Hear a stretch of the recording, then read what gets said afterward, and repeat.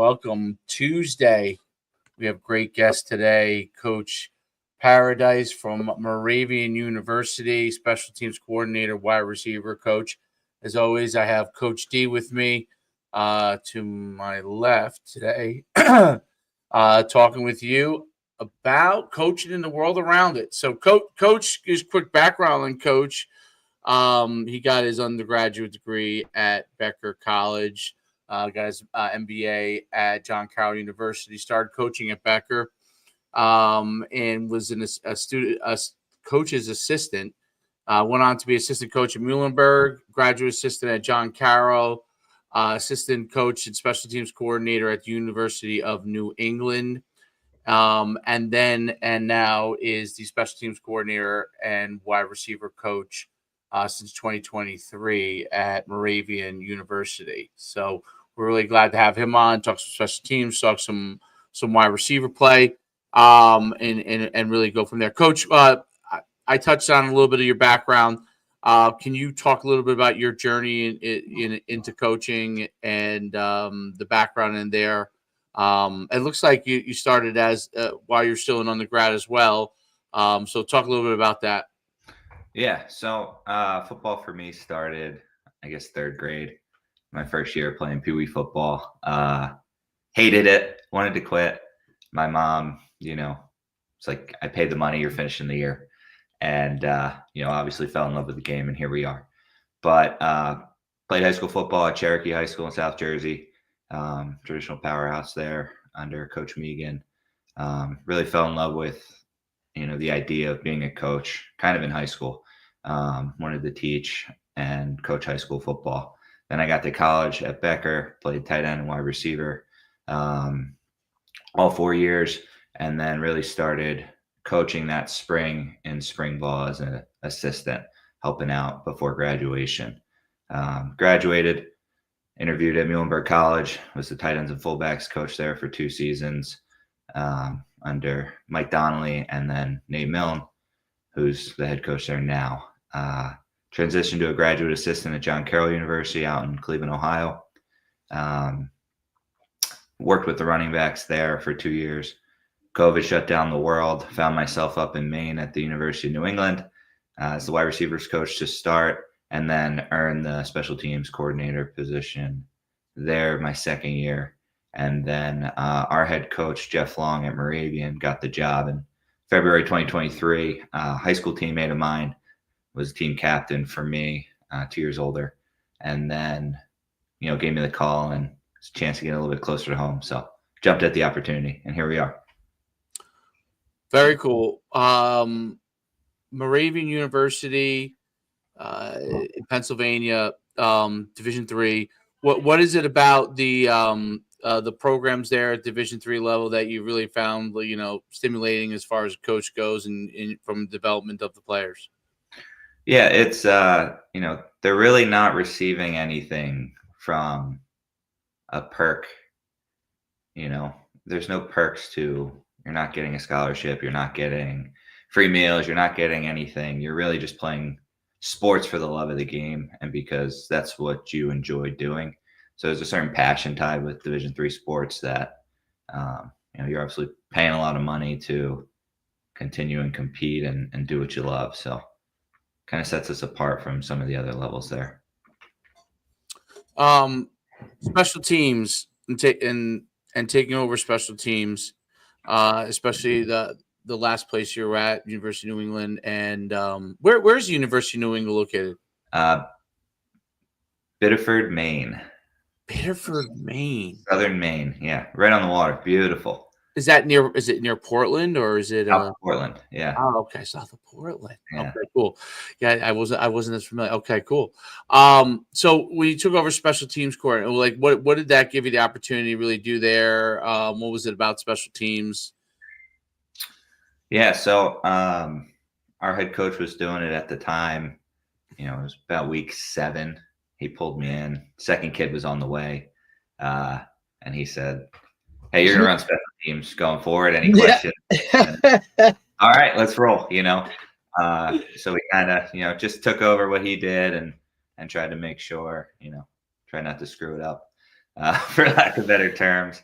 And then I had the full off season to kind of put my own spin on things. The fun part about it is you get to work with, a much larger section of the roster. You are working with the majority of the players on the team. You're getting to know more guys than it's just, your position coach or sticking to just offense, right? So it's a fun list of, getting to work with different personalities, different type players. And then obviously, it's just a big macrocosm of the game of football. So, getting experience teaching tackling, how to, vice tackle, all that good stuff, all these different skills that as an offensive coach my whole career, I have very little experience doing. So it's a good, kind of segue to boost my football knowledge. Yeah, it's the special teams gives you the opportunity to work with a lot of different players and from both sides of the ball, different mentalities, mindsets, and it's a great thing. And I see that you're in the same role as far as like position wise, wide receiver coach, and doing that role. But you've been in multiple different positions, mostly on the offensive side of the ball, if I'm not mistaken. Is that like where you're kind of focused at? Mostly, is it the offensive side? Is that? Yeah, I really enjoy, the offensive side of the game. I'm not opposed to coaching defense. It just cars haven't fallen that way. So Right. it's just been what I've been doing. Right. So. Right. What coach, as far as special teams, like what's your philosophy as far as how you approach the game, how you approach special teams? Are you aggressive? Are you conservative? Are you trying to steal points? What's kind of your approach to special teams? We have, or I have flipped immensely. So, taking over it, everything was don't screw it up, be as conservative as possible, survive to live another snap. Since the move, for some reference, when we took over at Moravian, we didn't have a specialist on the roster, right? So no kicker, no punter, just kind of winging it. We went for 2 more than anybody in the country. So my mindset is kind of flipped and taken more of that offensive personality to it, dictate the game, force people to react to what you're doing instead of, just trying to, again, survive. So I've definitely grown and become much more aggressive and creative and versatile in what we do. Yeah, Coach, I find it's interesting too, right? Because you're talking about, so when it comes to like Division 3 levels and things like that, like most times staffs are kind of hamstringed in that there's not a lot of full-time guys, there's not a lot of staffers, like you don't have a lot of help when it comes to just the staff in general. And then when you want to talk special teams, right, like that's for the most part, even in especially in a high school level, but even at college, those lower levels, that kind of gets pushed to the side, and it's like, hey, offense, defense, we got to focus here. And then, all right, as long as our specials don't screw it up, right? So I can totally see where, a staff like that wouldn't be a focal point of it, where you didn't even have a specialist on the roster in terms of, all right, hey, we'll get it done. This guy kicked in high school, or hey, this guy, he punted in high school, so they could get it done. Another athlete. And it's just so opposite of like where I came from playing at Montclair State, where special teams was like so pivotal in every single thing that we did. Just in terms of even practice breakdown. I mean, we had more special time built into practice than I think any team in the country, hands down. It was like at least an hour of, 3 segments of specials, and it just factored into it so much. But to see how impactful that can be in a game, right? How was that? How did you guys, when you came in, how did you flip that switch with the players to kind of show them, hey, this is pivotal, this is important, we need to really focus more so on this phase of the game? Yeah, that's a great question. It's certainly multifaceted, right? So like you said, time invested in it's incredibly important. If you're going to spend the time on it, they realize we're dedicating a third of practice to this specific thing, right? Coach buy-in, right, and passion from the coaches. I'm a big believer that that stuff's contagious, right? So if we care about it, it'll trickle down to, you know, them caring about it. The third part, success obviously helps when you start impacting the game in a positive manner and they can visually see, you know, snap, and then find a way to like create buy-in. So we give helmet stickers. The only way you get a helmet sticker is through special team snaps, right? Or give out t-shirts, awesome. or a Gatorade, or you know what I mean? Like create a reward system that something, absolutely. Out, you know, oh, look at how many stickers I got. You don't get any stickers. Get on teams, right? So right. Yeah. No, I think that's phenomenal. That's awesome. That's interesting. I never thought about it like that. Like only giving stickers for that. Like that's a totally different mindset. That's awesome though. Like I said, the buy-in is huge, right? When your coaches are juiced about it, or they, you know, it matters to them, then I think, like you said, it trickles down to players. Also, a lot of these guys want to get on the field as soon as possible. That's the biggest way to do it, right? Or to get on the bus to travel. Do you break it down in terms of, I know you're the overall coordinator, but how do you do it? Do you break it down with assistant coaches in terms of, you know, each guy handles a team themselves, or is each team broken down coach positions? That second option. Yeah. So okay. Kind of overrun the whole thing and then, you know, divvy up the coaches. You're coaching this technique on this position. Got it. You know what I mean? And let them in the show. And if they think there's a better way to do things, we do it. I'm really lucky with the amount of time we had and the group of guys we work with. It is it's awesome. The way the practice is structured around special teams. How do you guys structure it? Kind of what's the philosophy and where do you guys interject it throughout practice? Yeah, we every day before practice we have a film room right next to the field. So it's 30 minutes of special teams right before we go out for warm-ups, just to organize the day, go over what we're doing, all that good stuff. And then, you know, stretch or specialist pre-practice, so punting, catching punts, all that good stuff. And then I encourage there's a lot of guys who aren't doing those things. So I encourage the position coaches to grab their group, you know, like if we're working kickoff return, you grab the front line guys, you work the drill, you walk through it so we can just hit the ground running. So just trying to maximize, you know, the time that we get.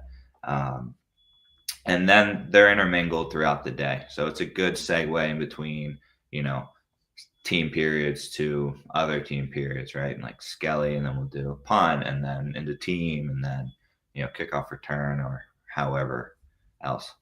But it makes a lot of sense. From a recruiting standpoint, do you guys recruit specialists at your level or do you turn guys into specialists? Okay. Talk about how you guys handle that.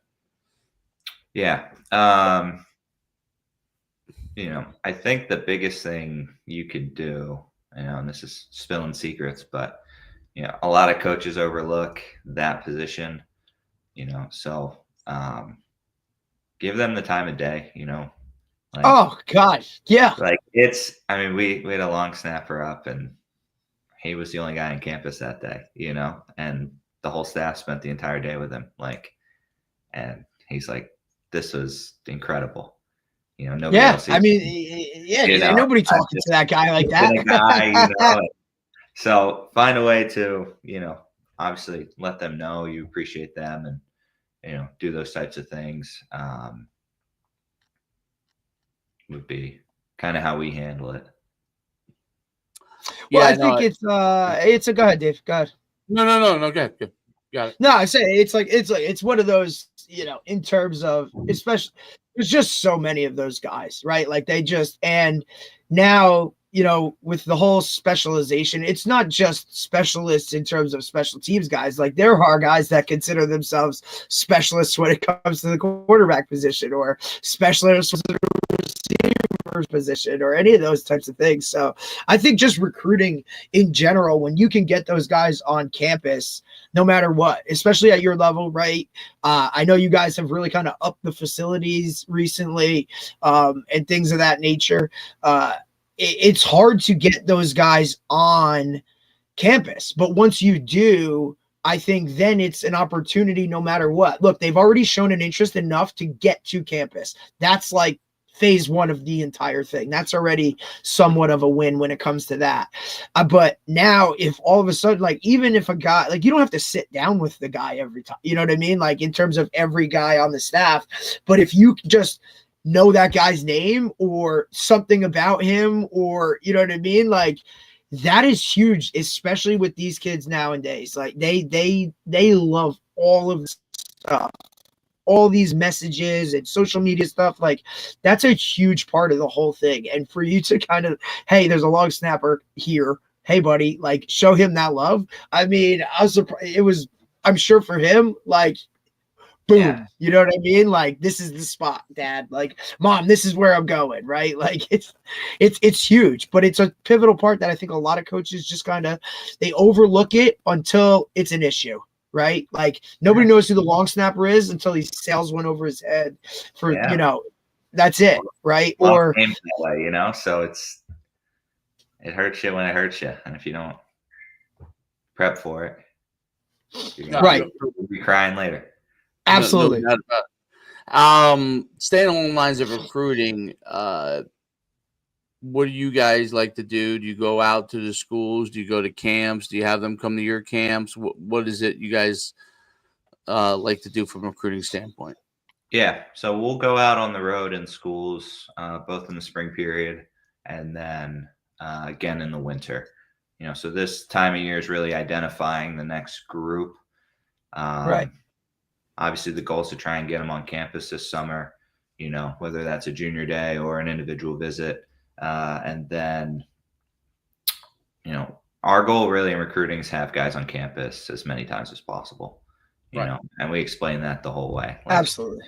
like, How important is the building of that relationship? Because, especially at the Division III level, getting the right person to your school. Talk more about that relationship building, because I think players completely undervalue that at the high school, like the high school kids, like, and maybe their parents too. I don't know, but I don't think they do enough of it, and I think that they spend a lot of time in places that aren't even going to recruit them. You know, talk about like your advice from that standpoint, like for what you're looking for kids to come from Moravian. Yeah. You know, they're chasing the big one like everybody was at, you know, 17 18 years old. So, you know, I can't necessarily fault them for dreaming, but the relationship's everything, you know. It is again, my theory is the more times you're on campus, the better we get to know you, the better feel you get for us, the place, all that good stuff. I encourage recruits to go on as many visits as possible elsewhere as well. Like, Yeah. at the end of the day, they're spending a lot of money to do this, and it's their life, not mine. So obviously we want the good ones, but you know, the fit's got to be right, because they could be the best player in the world and they don't want to be there, and then they transfer or leave or drop out or don't succeed academically because they don't like the place or the coaches, right? So ensuring that the fit goes both ways, I think, is kind of critical. And the best way to do that is to get on campus, to meet you guys, to come to, I guess, camp is part of that too. How many kids do you typically see? Like, so how many camp dates do you run this summer? Like, how many kids do you typically see? We do. We don't host a camp. We'll do Oh, you don't? Okay. 3 junior days, one of which already happened. We have one May 30th, and then we'll do one right before camp starts. Okay. And then we're out and about at most of your, you know, FCS schools locally. Yeah, that's smart. Camps. That's like, smart. We hit the local other camps. You know, the D2, your Lehigh, the mega camps type of thing. I might catch some slack, but I am so anti mega camp. So you're going to Coach? No, you listen. So you go to FCS camp that has like 10 to 15 other coaches from other schools at it, maybe like so, like a small. Okay. 100 to 200 prospects. Right. You can make an impression. They're going to remember you. You're going to remember them. You're going to remember their 12 reps they take instead of the 2 reps. You know. I love it. it's more That's a bang for the great buck for us. Like 100%. I could meet 1,000 kids at a mega camp, and I don't remember any of them, and they don't remember me. Right. So, Right. I think that's the problem with the mega camps, unless you yeah, Coach. Yeah, and we've talked about it, Dave, over and over, right? At that camp, the kid that's going to wow at that camp is not even going to come to you. Some kid blasts a 4.4. You notice him. Everybody else notices him. He's going to the big school. So it's not even like you're not even going to be able to decipher between the kids that are okay. This kid ran like a 4.7. This might be more 4.6 something. He's more our guy. I'm curious as to reason why you guys don't host your own prospect camps. Is it just because you feel like there's only so many places kids can go during the summer, and if you go to a place that is going to have 100 200 kids, that's a better place for you? Is that kind of what's the philosophy on that? Yeah, I think we evaluate highly off of tape, right? Right. Okay. If a kid can play on tape, the camp's not going to dissuade me from recruiting him. Okay. Or not. So we'd rather have a junior day where I can sit down and talk with the family instead of kids showed up, worked out, nice job today, and then they're out of town, right? Whereas, I'd rather sit down, be able to have conversations with the player, with the parents, show them campus, all that good stuff. Hell yeah. Takes care of itself. Have you found it's as with everything, like with kids transferring and all that kind of stuff, is it now easier to get kids on campus? Is it harder to get kids on campus? Is the focus on the junior days allow you to get more kids that you get an opportunity to meet with? How does that all work? Yeah. I'd say getting kids on campus is the same as it's always been. Okay. I don't think that's really changed as far as things go, Yeah.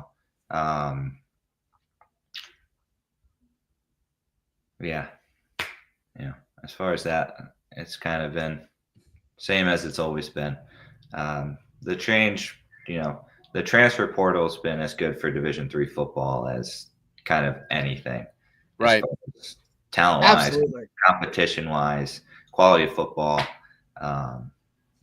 Our school's kind of traditionally been set up to be a successful place for transfers outside of athletics, so now it's been something that we've been able to really hone in on, and quite frankly, a huge portion of why we've been able to turn this thing around so quick. Yeah, that makes a lot of sense. Moravian, they've talked about it before. It's kind of it was a hidden gem kind of place in the Division III area, like really, really pretty campus and great place. And then if you need candy, you just go down to the Peeps headquarters and you go get yourself some candy especially for Easter. But yeah, no, it's do you know where the Peeps store is? The Peeps? Yeah. All right. That's always my question for a Moravian coach. Yeah. Because I've been there. I know that's like the big company. That's like a $1 billion company that's right in the middle of that town. So it's really interesting because of the sweet spot it's in. But you're right. No pun intended. Yeah. It's not. A lot of times it isn't the first thing that's on people's mind, but as they go through the process, they see what Moravian really offers, and it's different than a lot of other schools at the Division III level, which I think, when you hit home on that, makes a ton of sense. And DJ Nymphius is always, I don't know if you know DJ Nymphius, but I'm sure you do. He's always since I coached him for years and been friends with him, always talks Moravian football. Like I could see him one day, in a rocking chair as your guys like volunteer, whatever you put him at, analyst, and just sitting there and helping out. Yeah. But yeah, it's always been, I think that kind of a place, and I think, what you guys are really doing a great job is really driving that home. That now it's becoming more the place, right? And is the philosophy as far as like from the type of recruit you guys want? Is it an academic kid? Is it a kid that kind of has good academics or great academics, really good? Like what is the kind of mix of kids that you try to bring in? Yeah, I'd say we're in that, good academics standing. We're certainly not Johns Hopkins, but Right. Right. we are, it's an old school. It's the 6th oldest college in the country. There's a lot of history. So Yeah. been around for a long time, as far as that goes. What was the second part of that question? I'm sorry. Well, it was just more along the lines of like, the mix of the kind of the players you want. So like, are you able to take in like, good academics, and then are you able to take in kids that, might be decent students, but are like, you scale it based off of the level of player they are, that kind of a thing? No, I mean, Okay. the rules kind of the rule. The hard part is like, just like most Division III schools, the higher academics, the more money they're going to get. Right. Okay. So there it is. Okay. you're always playing with that line. Even if a kid gets in, well, he's low academically, he's not going to be able to afford school most of the time. Right. So, right. Or some of the time. Right. So just finding that fit where all the boxes align. And that's why, again, that multi-visit's so important, right? You're just checking off boxes as you go. Is location what we want? Is size? Is, academics lineup? Do I have my program? Does the money work? Do I like the staff? Is football important to me, right? Right. That's the one I took it from my first boss. And, how important is playing college football to you? If it's a 5 out of 10, it's probably not a good match for us, right? Like, no. Especially it's especially Division III, right? Because it's not like you're gonna have to want to go out there. It's not like you're on full scholarship and it's because your athleticism that you're in that spot and maybe you can get away. Division III, you have to want to be there. You have to want to be a part of it because it's not like you're going to get some other perk, some like crazy perk. Right. I'm sure the perks have gotten better over the years at Division III, but it's not not like at the higher levels. And that's is that why you guys want that guy that loves football, right? That's because when it gets tough in camp, if they don't love it, right, it's too easy to just pack it in, right? It's too easy, and then you get enough of those guys packing it in. Division III, you turn around and you go, "Where's my roster?" Right? So, it's tough year round. Like we're a 5:30 a.m. lift team, So, and the off season's probably harder than in season. So you gotta really love the game of football. Yeah, I think you guys, coach, as sorry, Dave. For you guys as a staff, how many full timers? How many part timers? Because I always think like Division III, like that matters. That's a huge thing. Yeah, we have 4 full timers, including the head coach. It's awesome. We have 3 like younger intern type positions in house year round, and then we have 4 part timers who work other jobs and come in and help out. So that's really good, coach. That's real good. Obviously, every comparison I make is to like the NJAC conference here, and for me, being an alum of Montclair State and whatnot, and they still they have 3 full timers. That's it. You know what I mean? Like every other guy is either a high school teacher and they're coming in after practice or whatever, and then you sprinkle in some of those student GAs or merit type guys. I think that's where a lot of guys can steal pivotal coaching minutes and things of that time. Now with the expansion of college coaching rosters just in general, where a lot of the focus and people are, I think, starting to take notice of it a little bit, but slowly and steadily, that the on the field guy isn't exactly like the main focal point anymore in terms of that type of stuff, where you have guys that are running the social media or the film guys, or Division III, those guys all wear the same hat. You know what I mean? Like they wear a lot of hats. They have to do a lot, right? So if you can get in there as a student assistant or I always feel like if you get at the lower levels first and then work your way up, like you're just going to be so much better as like a Swiss Army knife because you've handled so many things. You know, we talk to a lot of guys that, oh yeah, I used to hand out the equipment, or yeah, I do the film work, or I handle the student managers and all those types of things. You know, it's really more of like it's just a lot more hats that you wear that you can put on that resume and say, hey, I've done this portion of it, or, you know, I've recruited guys, you know, from these areas. I think that's also big too, is look, at the end of the day, it's about relationships, especially now with the transfer portal and how that whole thing goes. You may miss on a guy, but if you're still the guy that you don't burn bridges, or you're not that type of whatever, that guy might bounce back to you. We've seen it, you know, so many times where guys want to reach for that level and they think it's something, and then they go and it's like, you know, they're there for one year and it's like, hey, I don't like this, or hey, coach, I'm thinking about making a move, right? So I think your focus, and I can tell just because, you know, when you say no to the mega camps, that relationship part of it matters, and getting guys on campus matters for that staff, for your staff. And I think that's why you'll continue to trend, you know, upward, is because of those relationships, because you're real about it, right? It's not just a, you know, message here. It's you get to know who they are, and then look, they're going to make that decision at the end of the day, no matter what it is. So, you know, just keeping those relationships, never burn bridges and whatnot. We've seen a lot of guys, you know, do really well with that. Yeah. No negative interaction. It's definitely something for you guys. Yeah, no, I mean, you don't want to do that, right? And you look at some of these guys that it's like, look, you never know where a coach is going to move or make a jump to, right? So, you know, you might have a relationship here, and now all of a sudden, like, now you're up there and, hey, we're going to go, and, you know, maybe a guy goes with you or whatever. But, you know, I just think it's just something that, especially schools that have something to, like, you know what I mean? Like, they have a foundation and they continue to trust that process and recruit the way they recruit their guys, and make those guys feel, you know, like a place, like, why would you leave? Why would you go anywhere else? Because you have everything you need here. The grass isn't always greener. It's a really hard concept for guys to understand, because that transition from high school to college, it's different, right? It just, no matter what it is. So you have to be on, you know, you have to have those little connections and whatnot. It's really, really, really important. Yeah.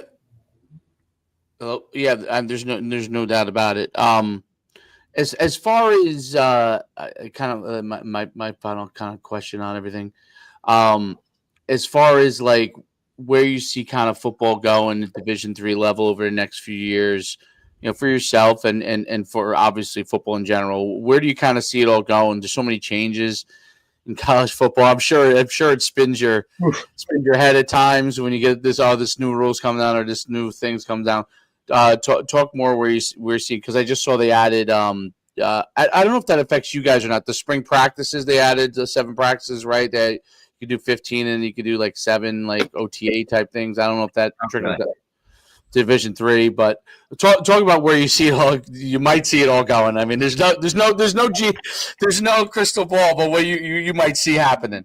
God, what a question. That's a lot to unpack there. I mean, it is. You're seeing this unique. I think you're going to see this leveling of levels, right? Like, you're seeing some of these FCS. I forget who it was, drop down to Division III. Oh, St. Francis. Yeah, like, I think you're going to see more of the, you know, big schools rise up and more people drop down, just for national college enrollment. You know, people need the numbers and can't afford to pay scholarship money right now, you know? So, as far as that trend goes, I don't see that changing anytime soon. Sure. And I think you're going to see more and more, you know, of that happening. And then schools closing, all that stuff. It's a crazy time to be in, you know, the college world right now in general. So how it goes, you know, we'll kind of ride the storm and see what's going on. No doubt about it. No doubt. Great answer.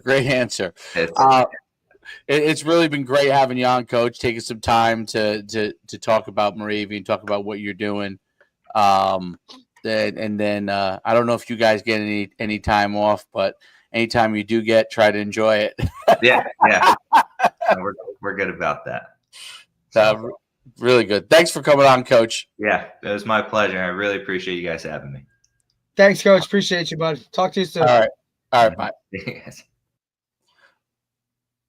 All right. Yeah, we got a little insight into Moravian. Who was the last guy we had on from Moravian? Didn't we have somebody else on recently?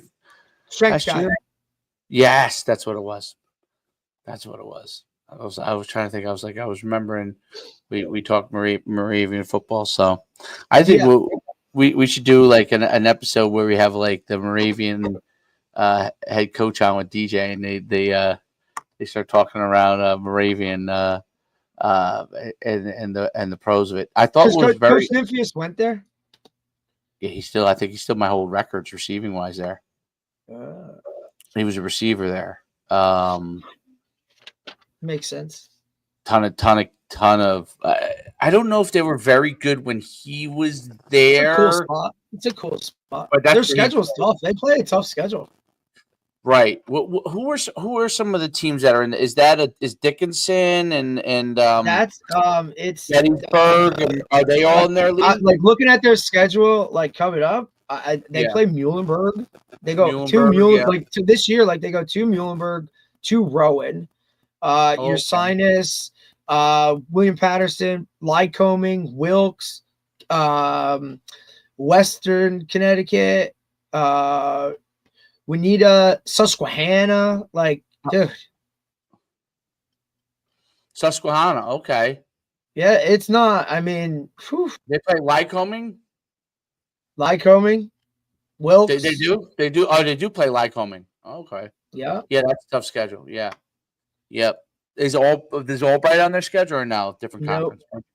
Different conference. Right. I mean, but it's interesting because they like their schedule. Like they ain't ducking people. You know what I'm saying? Like they're playing some hammers when it comes to like whoever they are in terms of scheduling like out of like division games. They got get invited to Colts rookie minicamp. Like that's pretty cool. Who was? They have a kid from a receiver. Okay. Jordan Bingham. Like he's got invited to Colts rookie minicamp. Like that's cool. If you look at their roster, I mean, they're pretty spread out, you know what I mean, in terms of like where guys are from and whatnot. Like it's not all of, certain areas. I mean, there's a lot of there's Jersey Cats, there's Maryland Cats, there's obviously Pennsylvania, but I mean, there's a bunch of, you know what I mean? Like they're not like it looks like there's some. They're not all transfers, or they're not all. You know what I mean? Right, like they have a good amount of Jersey guys, obviously. I'm not surprised the transfers is just because of where they're located. It's probably because there's so many Pennsylvania colleges. Oh God, there's so many. Are a big deal. I mean, and look, this is cool too. Like I'm looking here, and there's like 3 or 4 like graduate transfers on their roster, right? Like that was the kid that got invited to camp. He's a graduate transfer. There's another graduate transfer running back here from Illinois. So it's cool to see them roll the dice with that too. Like that's a cool thing. And look, that's not a bad spot to go get a graduate degree from. They look really young, to be honest. You said Bingham is in camp? He got invited to the Colts camp. He had last year. He had 75 catches. Yeah, he's a stud. He's a graduate transfer. 69. I have Nymphius's catches thing here. Nymphius had 53 in 1980. They must have been running some sort of 53 catches. Transfer. That's a good amount of catches back then. But yeah, 52? What's that? 52. He had 53 in 1980. Bingham had 144 catches in his career. Yeah, he's a stud. He's a graduate receiver transfer from Indianapolis. So he came from North Central. He was a stud. Okay. 6 foot 195. Yeah, of course 100 catches. Yeah, I wouldn't doubt he got invite to camp. The other kid, I know the name. I can't remember why I know the name. Nick There's a Petro. bunch of Jersey cats. Yeah. Ramapo kid. Let's see, career. Interesting.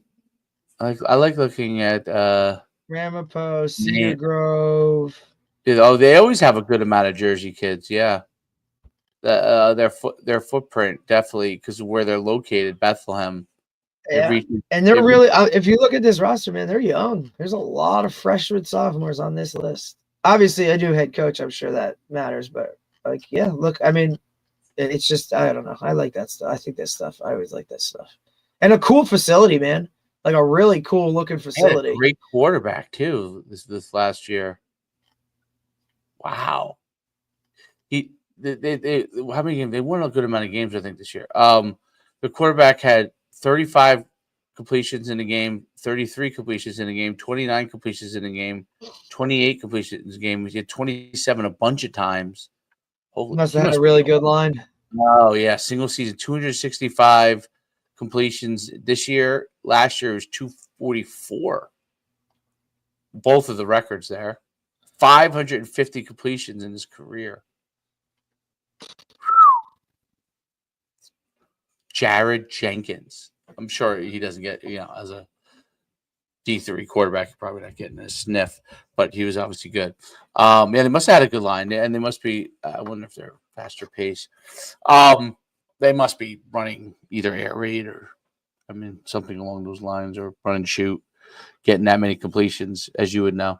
But yeah, it was good talking a little Moravian football. Seeing a lot of guys wearing that special teams coordinator and receiver title now. Like it used to be, I don't know.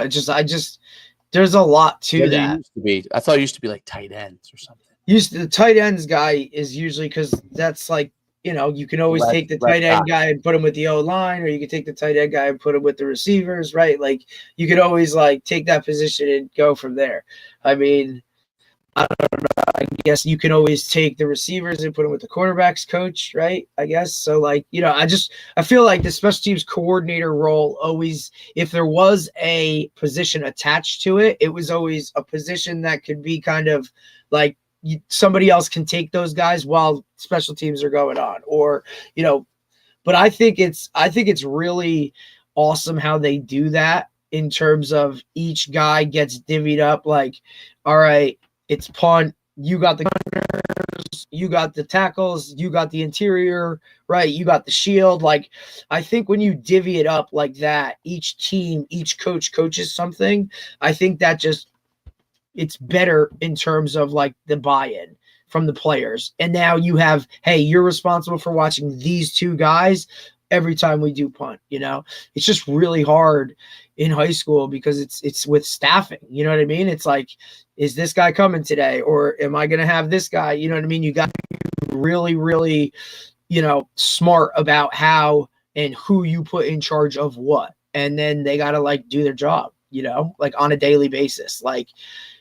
Special teams time isn't just, hey, let's go to the side and everybody just talk about whatever. No, dude, we got to be coaching just as hard as we are with offense and defense. I think that's what separates teams, really. And you got to have a philosophy with that, or you have to have a head coach that really buys into that. And that's tough, especially at the high school level. I think high school and D3 are similar with that because of less quote unquote specialists, right? So whereas the higher levels, yeah, but I'm telling you, dude, those kickers and stuff, guys are super conservative. You think there's guys that are just let's get to the next? You think so? You think there's what's that? Do you think at the higher level that those special teams coordinators, you think that some of them are kind of tasked as, hey, just be conservative, take care of business, don't have any mistakes? I don't know if in this day, and I think there's a level of, I think it depends on the level of your program, right? If you're, or what you do as an overall team philosophy, philosophy, right? If you're an attacking, explosive type of offense, aggressive, like all of that kind of, then I think you just follow suit with it with your specials, because how can you expect guys to like, okay, well, the offense, we're explosive, aggressive, we're this, and now special teams, hey, we're just going to like kind of lay up and make sure we do. Like, no, it's got to be an overall type of team mindset that has to keep firing on all cylinders continuously just to keep it going and going and going. Now, look, you still have to be smart about certain things and play the situational game, and like, hey, we're not coming after this right here, we're gonna like safe it or whatever. I think that comes into just philosophy when it comes to like gameplay and being smart about situations. But I think overall, I think special teams adds a level of a lot of things. You can now, like, that could be where you're telling a guy, this is the first time you're going to get on the field, you're going to do this, right? And that's why you're going to come here and you're play early, because you can long snap and whatever. So I think you can use it as a recruiting pitch in terms of that. And also, I think no matter what, hey, you got to play special teams, because when your goal is to get to the NFL. And let me tell you, in the NFL, like, you're going to play special teams until you're that guy. You know what I mean? Like, and that's how you stay on a roster in the NFL. Like, you gotta be able to do a lot of things, especially if you're coming from one of those lower levels. Like, that's your shot in terms of that. So I think if you pitch it that way to guys, they buy in a little bit more. Also, a lot of them have never been coached up on special teams until they get to college. Like, unless you're the main guy and you're a kick returner, punt return, like, guys don't know. The guys don't teach techniques for special teams in high school, at least from what I've seen. I don't see any special teams individual going on at most high school practices. I don't think they do that shit. I think they just line it up and say, all right, here's punt. Hope we have 11 and go. I hope I'm wrong. No, I know. I think a lot of high schools definitely do that. There's no doubt. Like, that used to be why I always felt like, that's why I always feel like, used to feel like I would have we always had an advantage. Yeah. So, like, let's see if we can take advantage of it here, because we coach it. That's not a thing. Yep. And I'm even like, I just, and by the way, it makes the game a little more fun too. Like, I mean, dude. And it's not a knock on coaches, because look, they're just, sometimes guys are just in survival mode, right? And it's like, look, that's the, you're talking, if you're talking Group 1 football where you're a small team roster, like, dude, you're just trying to survive on specials, right? Like, I just want to have enough guys that are healthy to be able to, like, not do something negative, right? So I understand that part of it too. And obviously, but I think if you install it as a part of the culture, right? Like, kind of like what we did when I was with you, right? Like, special teams mattered, and we practiced it from an individual standpoint and a team standpoint. Practice, we put it in situationally where, we'd be in an offensive script and all of a sudden it's like, hey, punt.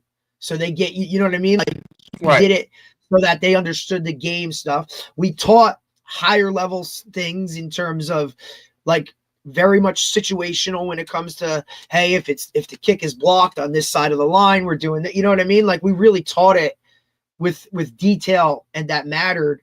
And then you saw it come out in game when we would block punts, or, you know what I mean, get a really good return. Like, those are big time momentum changing things that a lot of guys don't really, it's hard. It's really hard to find that time. And unless you're really structured in your practices and things like that, like, those things could slip away. It's really hard to get the kids to turn on juice and buy into something that you only do on Thursday, lining up, making sure 11 are out there, There's no doubt. I think it's very, very important if you want to have a team that goes after it and gets it, to, like, make special teams important. I think those teams end up being much better. But there are. I saw some interesting things where guys talked about guys with coaches, and they were talking more about along the lines of, like, middle school and youth coaches for the most part, but they were trying to apply it to, like, coaches in general. Football guy, what do you do? What do you do for youth? What are special teams for youth? I have the same philosophy that I do at high school. I'm running similar stuff now. Once we start to kick extra points, which that's new this year, right? well, we could kick last year, but we didn't have anybody that could put it through. Although I had a kid at the end of the year that in the All-Star Remember? he made one. So you're like, what are you doing? I think But does that have to be a full operation, Dave? Does it have to be a full snap to block to whole the whole? It has to be the full gamut. Yeah. So if we can actually kick it, then I might, then I'll give you something to do there. But punt, block. Not that many teams punt yet, but absolutely. I mean, it's a game changer if you can. You know what I mean? For you guys, like once you can punt, right? Like now we punted. We actually punted a few times. And we had a guy that could run fake from it because he was a really good athlete. Course. And you're allowed to do that rule-wise. There's no rules like harnessing you or holding you guys back in terms of that. No. Like, that's awesome. Yep. I remember when we were playing Pee Wee, Dave, that was like the biggest thing. Like our coach, like, as soon as we can kick extra points, like we're kicking extra points, like because it just gave you a better advantage. I mean, you get more points. I remember being in I think we were like 4th grade, dude, and they're like, "All right, we're gonna start trying to kick," and we're like, "What? Like, what are we doing?" Like, and it was, I'm telling you, dude, it was a big thing. I don't think we kicked until 5th or 6th. 6th grade, I think we were where we were like consistently like back through, but they tried early for us because it gave us more points, I think. So what I saw this guy talk about was like coaching and like good coaches, and he was talking about how like some of these guys who run stacked teams like think that they're great coaches, but they have talent, And the most important thing is what Bill Belichick said the other day on I don't remember. Pivot. I think it was Pivot. Right. It was awesome. Yep, the Pivot. Ryan Clark, Channing Crowder. Yeah, where he said it's about the players, right? So the players are the ones that he's like, I had really good players. Yeah, they win. Can you believe that?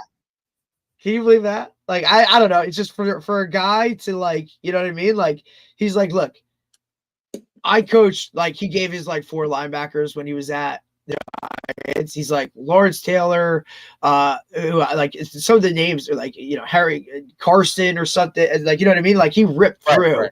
And he was like, dude, like anybody could have coached these 4 guys. You know what I'm saying? And then he was like Rodney Harrison, like, he just went through the whole Rolodex.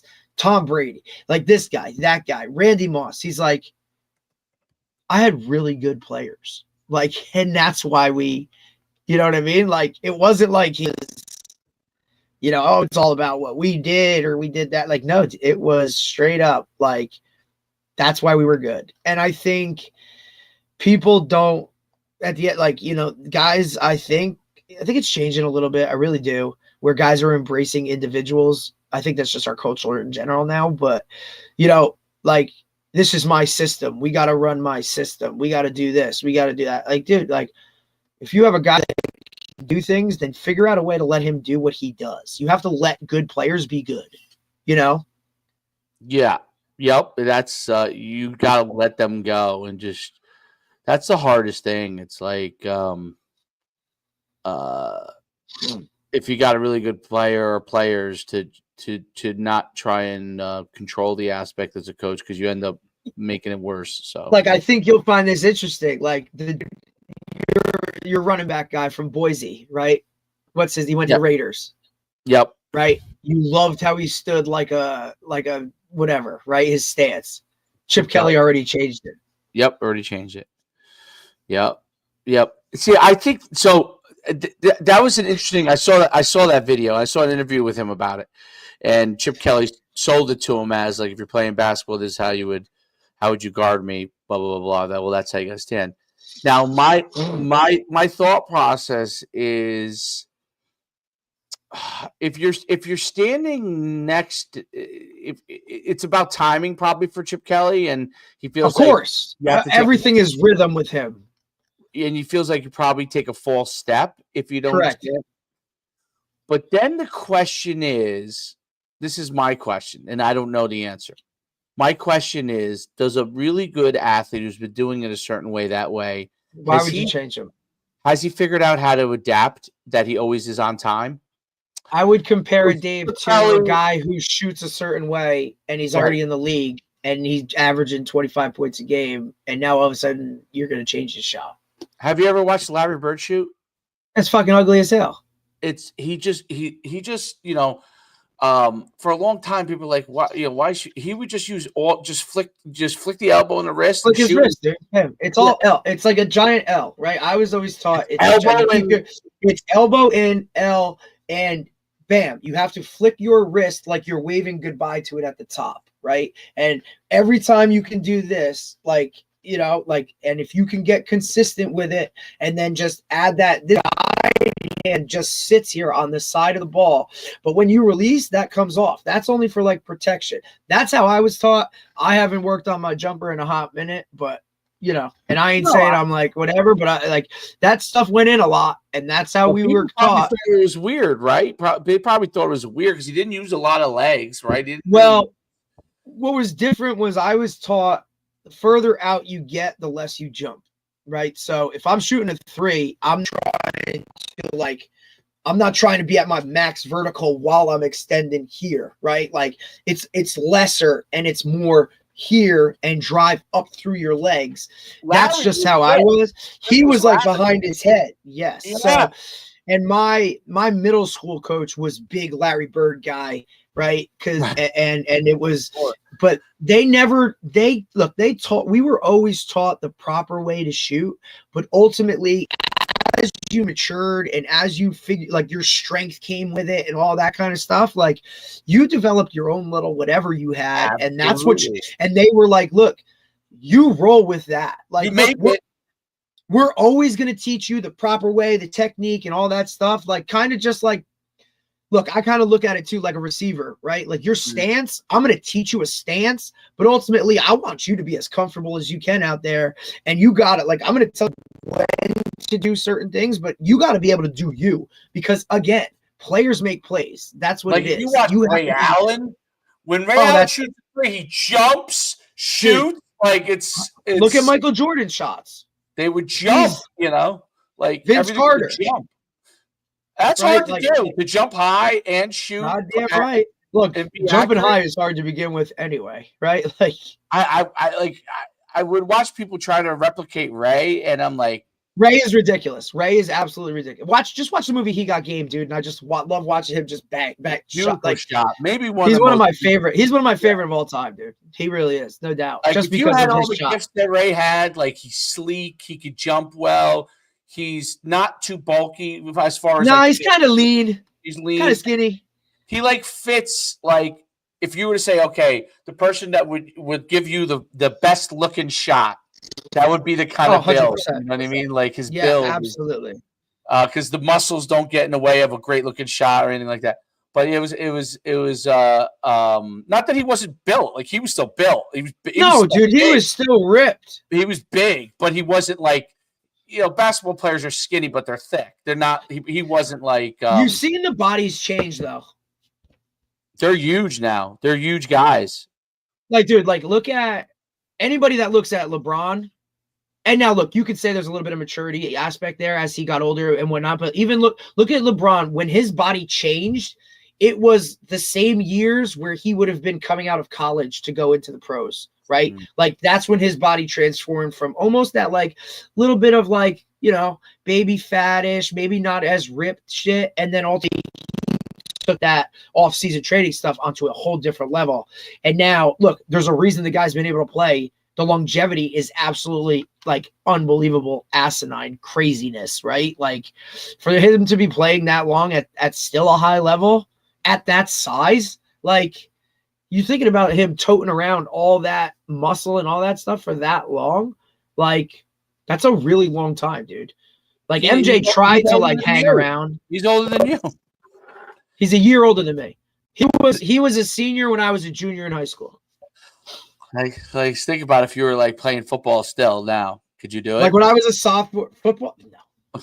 I mean, you know what? Honestly, if Well, it depends on what role you were doing, I guess. correct, like if I'm just like, what I think too, like the what these guys have access to in terms of recovery stuff or training, when you're making that money and all those things, like I think that's incredible, and I love that part of the game too. Like when I look at that, like, all right, like the Tom Brady stuff, the food in the nutrition stuff, and all like everything encompassing to get your body rocking like it can be, and then ultimately, though, like you still have to go play the game at a high level, right? So you can eat all whatever kind of fake ice cream and all that shit you want. You can go into as many ice baths, or you know what I mean, or like your acupuncture. But I find that stuff fascinating, and I'll tell you what, it would have been awesome to feel a lot healthier, right? I mean, I know.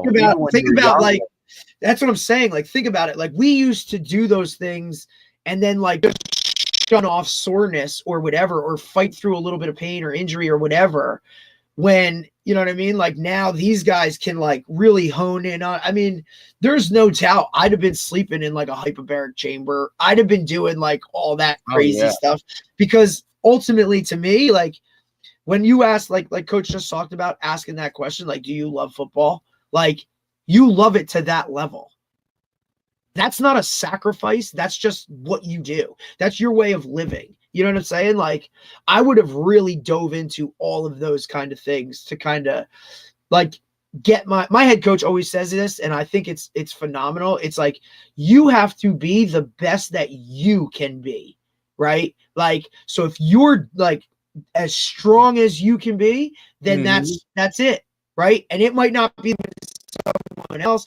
Like you might be not benching what anybody else, but for where you've come from, and if that's all you can give, then I'm okay with that, as long as you do it, right? Like the thing that gets me is always guys that have so much more and like they just don't do it, right? Like, oh, whatever, or it's oh, okay, yeah, like they don't love it to that level. I think that's a big. They say they do, Dave, right? Like, yeah. Coach, what do you mean? Like, I go to extra training. I do this. I do like, but they're the first ones to be like, why do I have to do this exercise? Like, if you're complaining about those things, then you don't love it. You know what I mean? Like, that's just football, me. Sports in general, actually, there's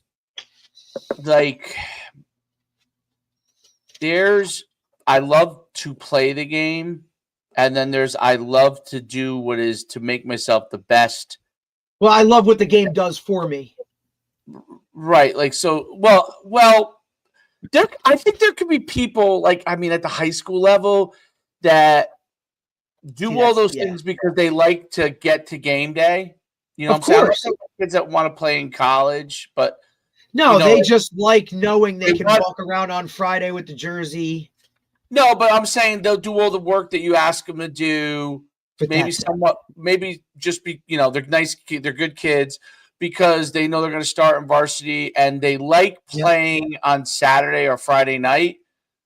So they like the actual game aspect, but are not like, hey, this is what I want to be. This is my life.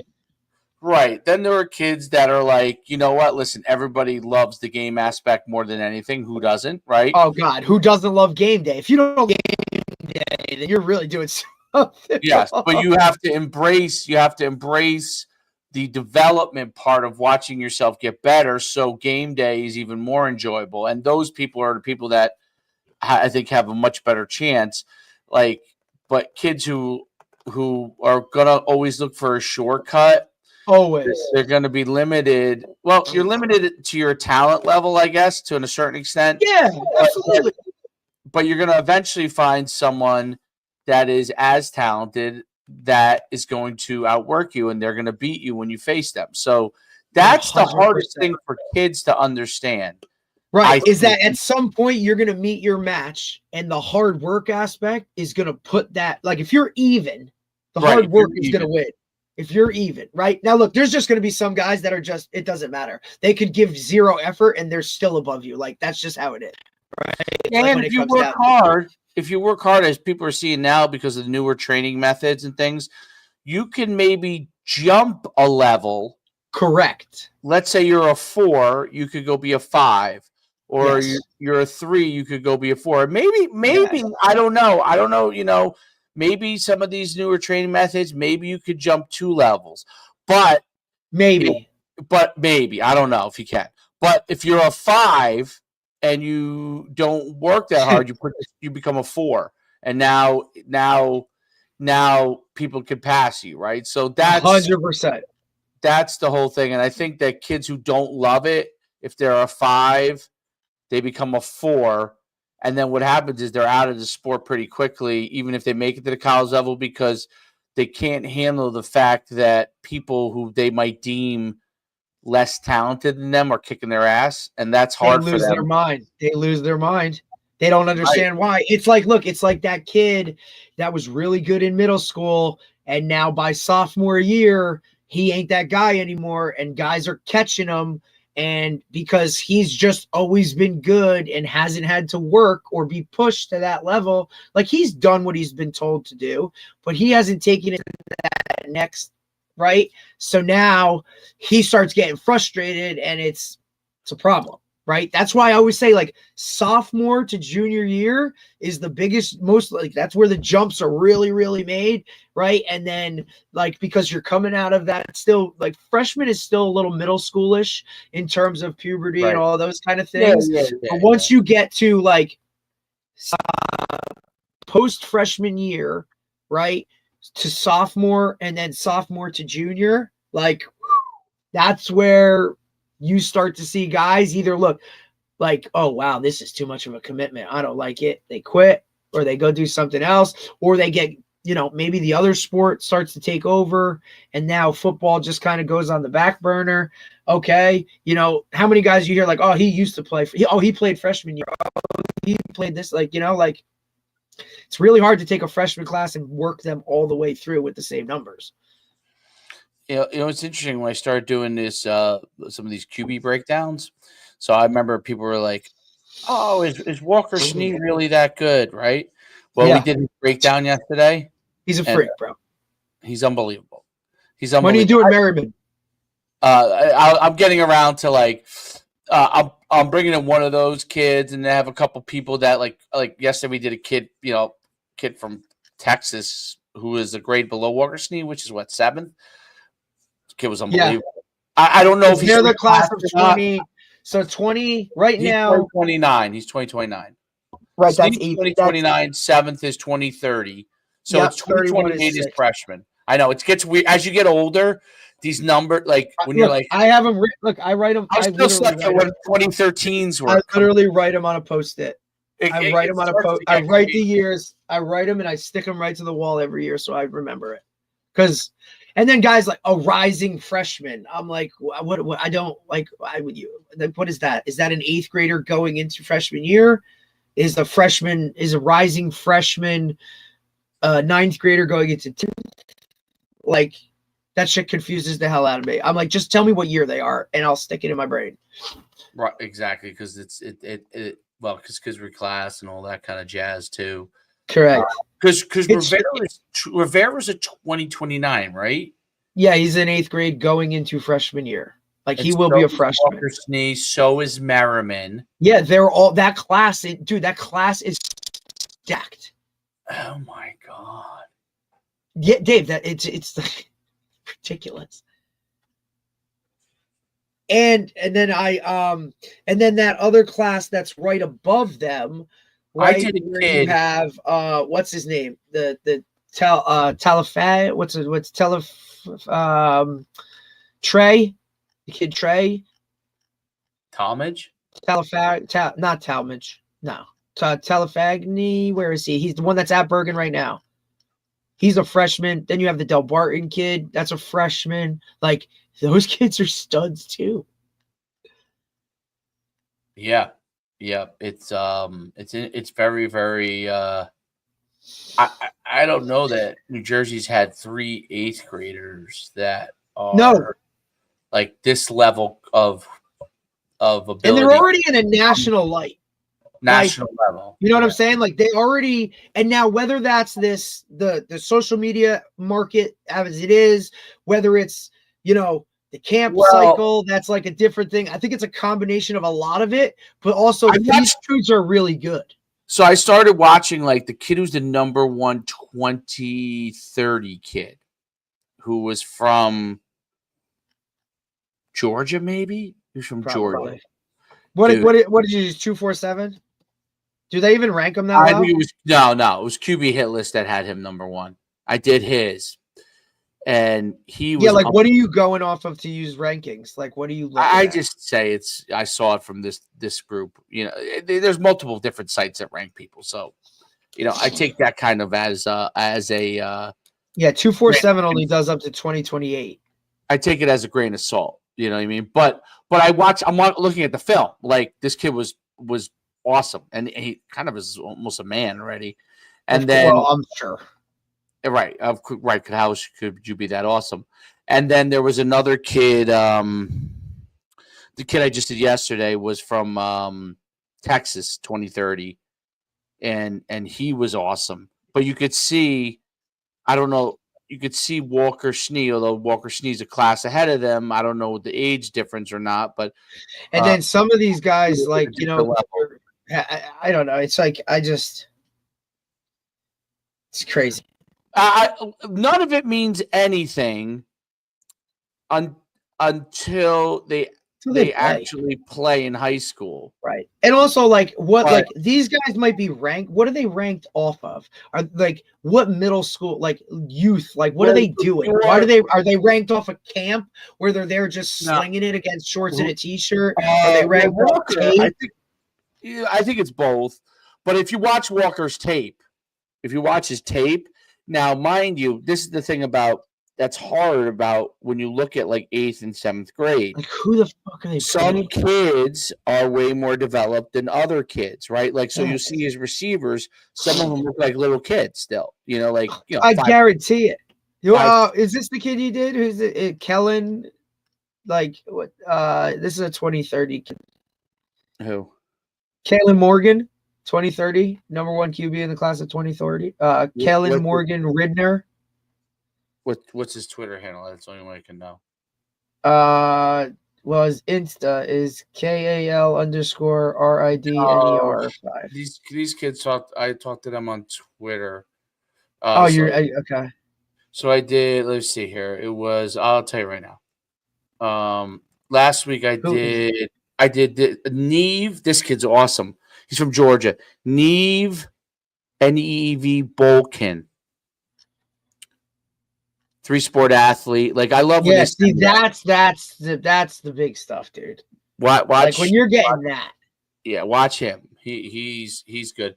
And then obviously Walker Schnee's good. And then I did Rivera the week before. I did yesterday.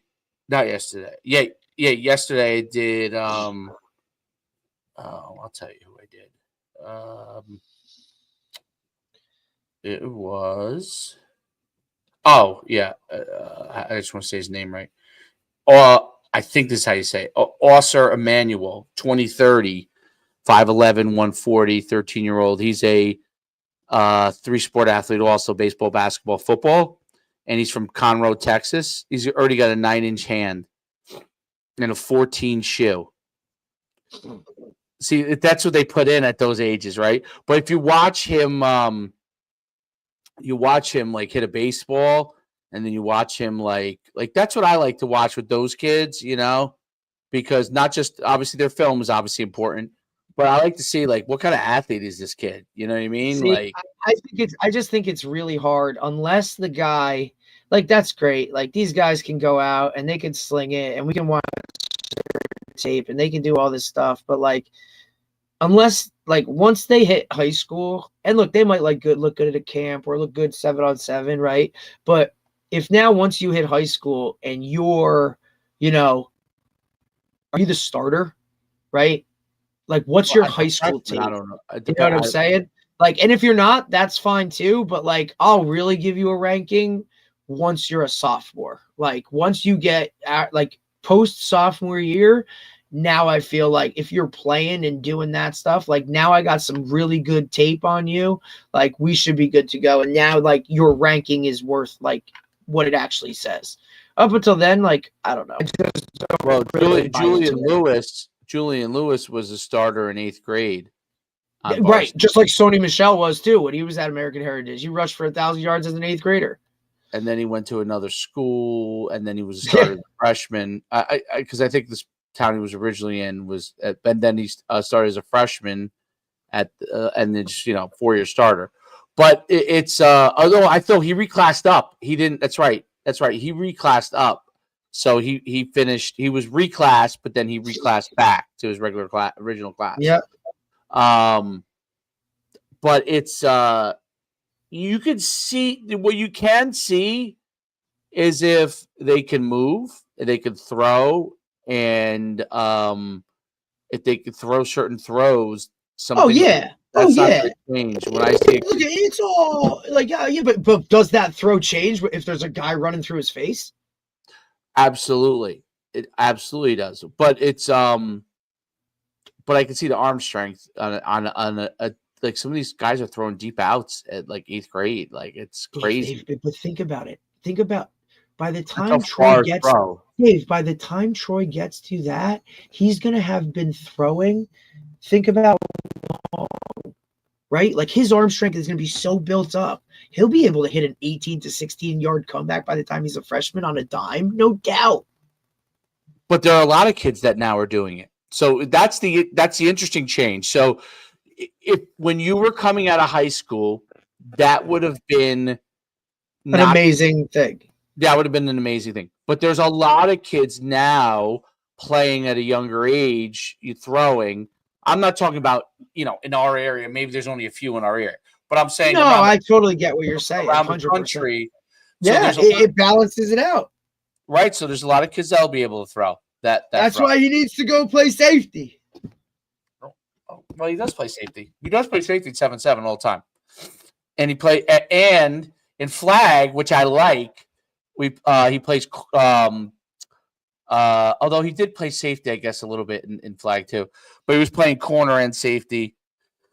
The flag, I was like kind of anti-flag, and now I you're kind all of in. I'm not all in. I think there are negatives to flag, but I see more of the things that are positive about it now. Like I see, like when you take away the coaches and all that kind of stuff, I'm talking about the game. Like, like they're having a damn good time out there.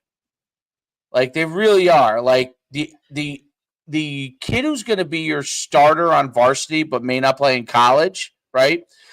That kid can keep playing flag and have a good time and have a real positive aspect to football all the way through his youth because he's not completely disadvantaged by some guy that's super fast, right? Like, so it keeps him in the game, I think, a little bit better. Yeah, but do they understand that they're just like, you know what I mean? Like that's what it is. You know what I mean? Like this is mirrors thing.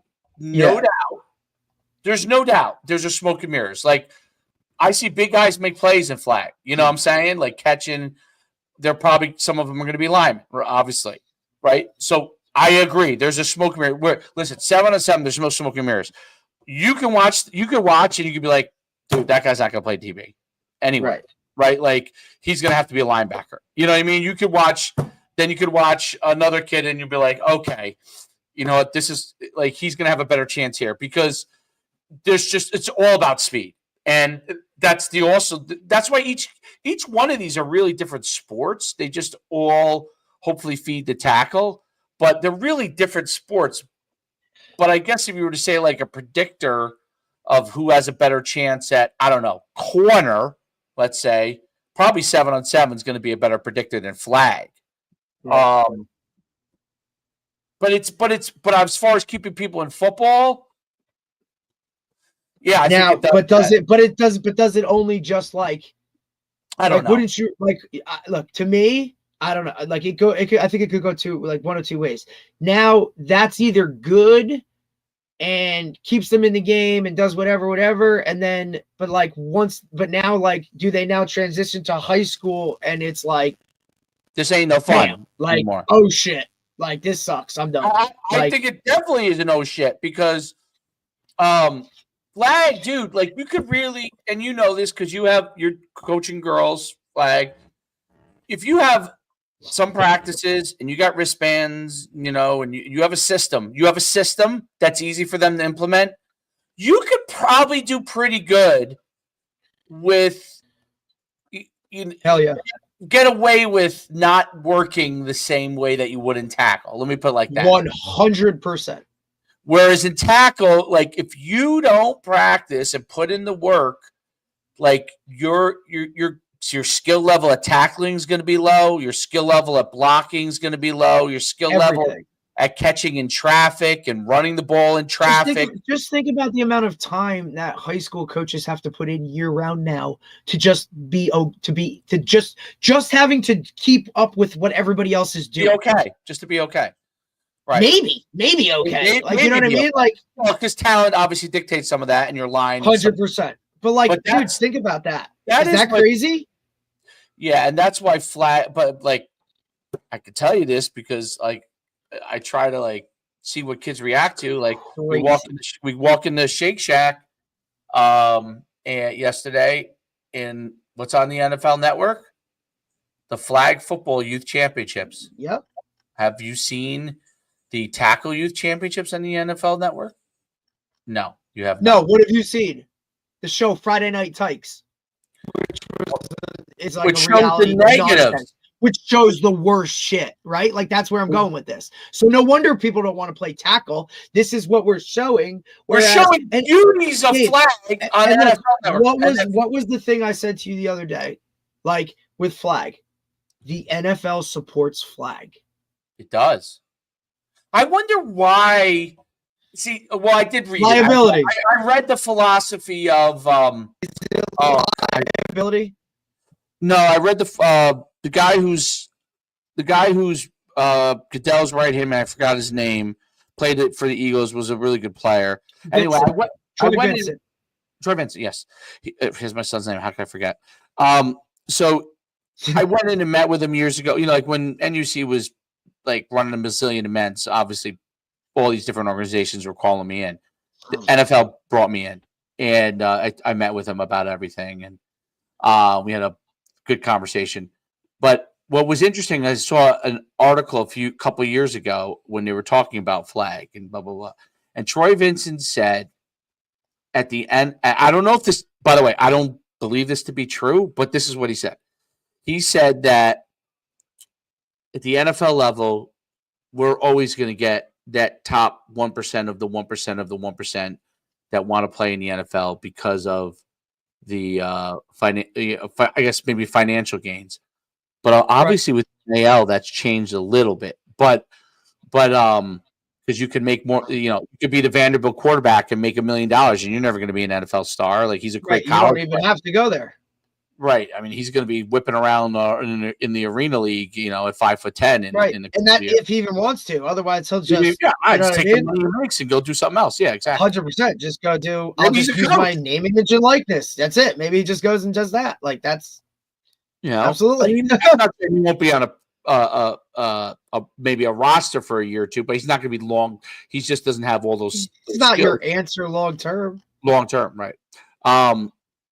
So, but that response is interesting because that tells you the support they have for NFL flag is that they truly believe that the cream will rise to the top. They'll get those guys. No matter what. They'll always get it. Without even having to do any work. Let's support what gets us fans. Right. Because ultimately, where does the money, like, it's about putting asses in seats. Correct. And gambling. Now gambling is huge, big time now. Like, and now because it's out in the open, right? Like, you used to have to do whatever to do that stuff. Now, not so much. You can literally, you could be on 7 different freaking sites, and as long as you're in a state that supports it, I don't even have to leave my chair. Right. So gambling is a big part of it, and so you want fans. You want people that like fantasy is a big part of it. You want people that want to engage, whether they're there or not, on Sundays Correct. with the NFL. Absolutely. And 100%. Dude. Flag 100% makes fans of football for all people because everyone can partake. Anyone, dude. Me and you could roll out our old asses and go find some league and do something in flag. Okay. All right. And because there's not the level now. If we wanted to go and play tackle, that would be a conscious decision that you're going to be in bad shape pretty much by the first quarter. In the first quarter, it's really going to hurt.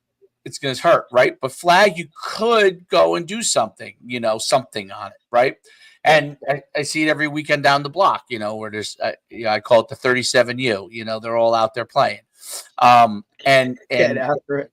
They're getting after it, dude. They're getting after it. Good for them, But that's what flag does, and I think that's what makes it hard for tackle coaches because you see this. I see it. It's all over my feed. This is that your algorithm, brother.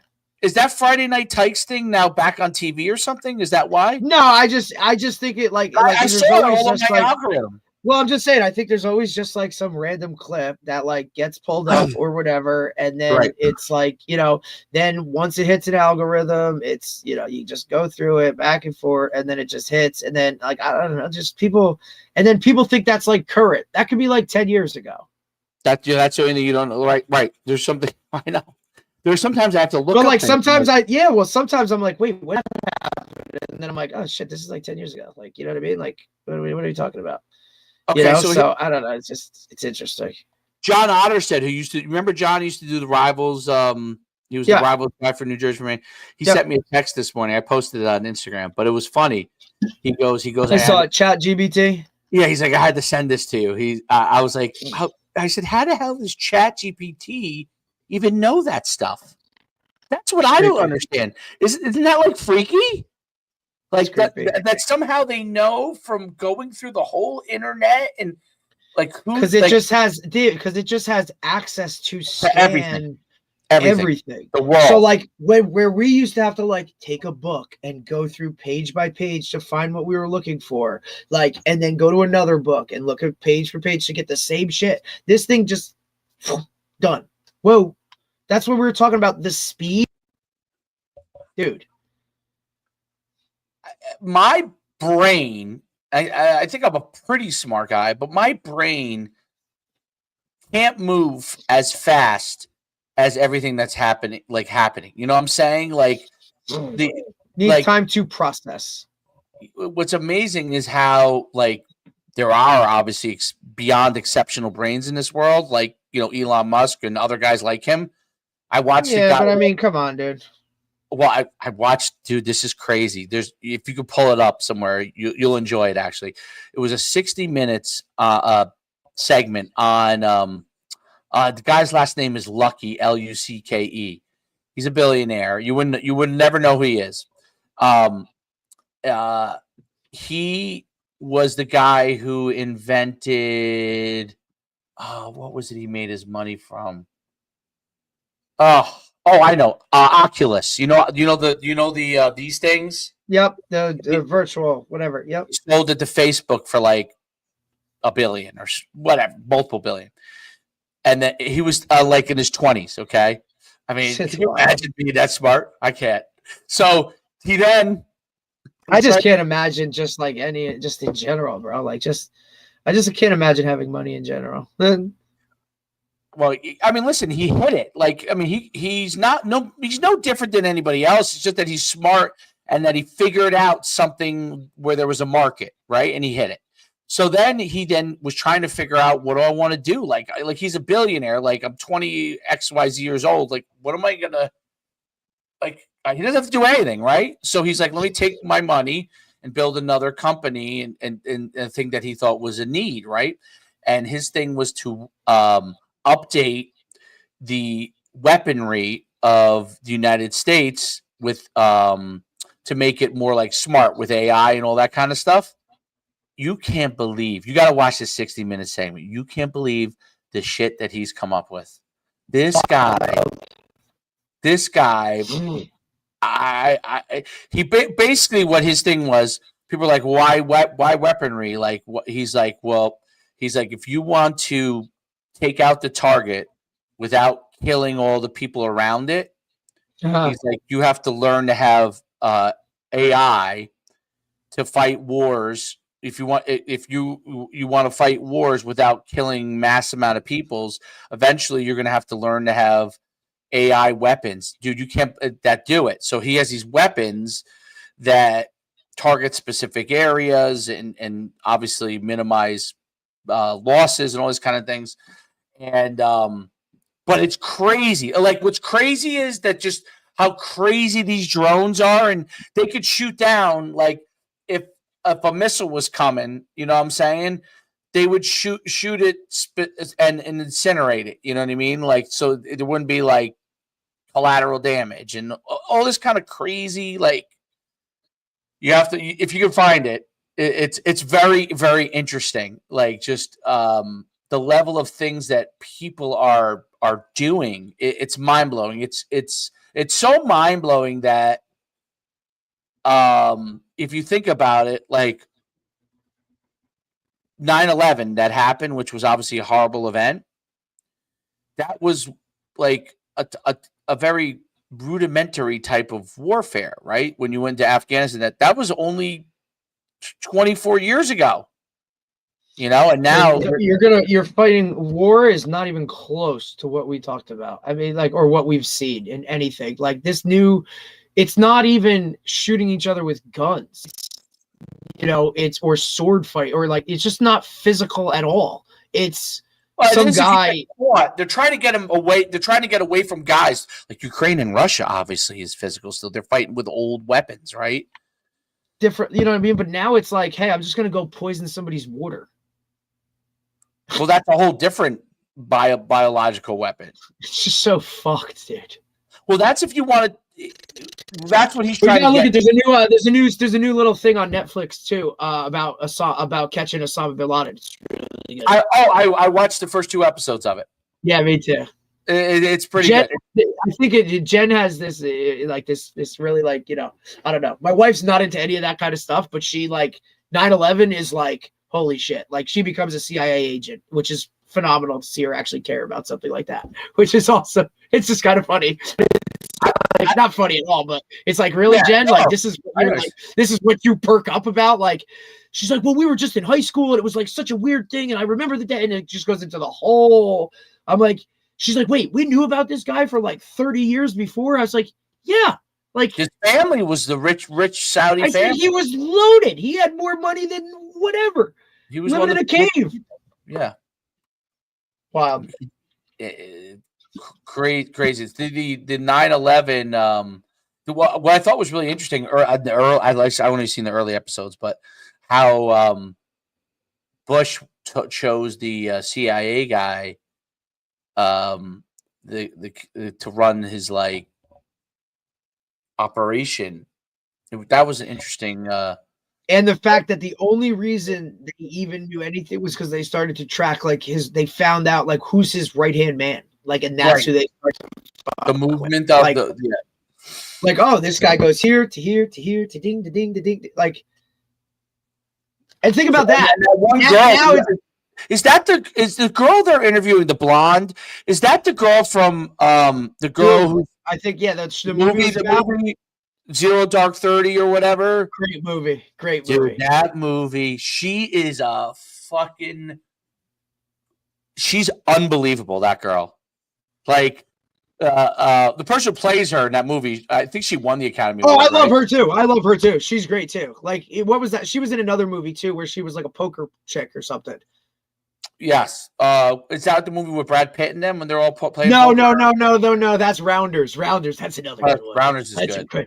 Rounders is great. No, this is like, I think it's like something loose, maybe like Lucy something. I don't know. I think she plays like this poker whatever person, but she's really good too.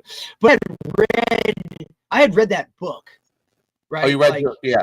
I read the book. Yeah, and I'm like, damn, this is crazy. And it was like she had to fight for that, like, because everybody was like, you're like, you don't know. And she's like, that's her? Is that her that I think so. I don't know, but like, I'm not sure. Note, like somebody in the CIA looks like that. Like, god damn. Like, oh my goodness. They plucked her out of college, dude.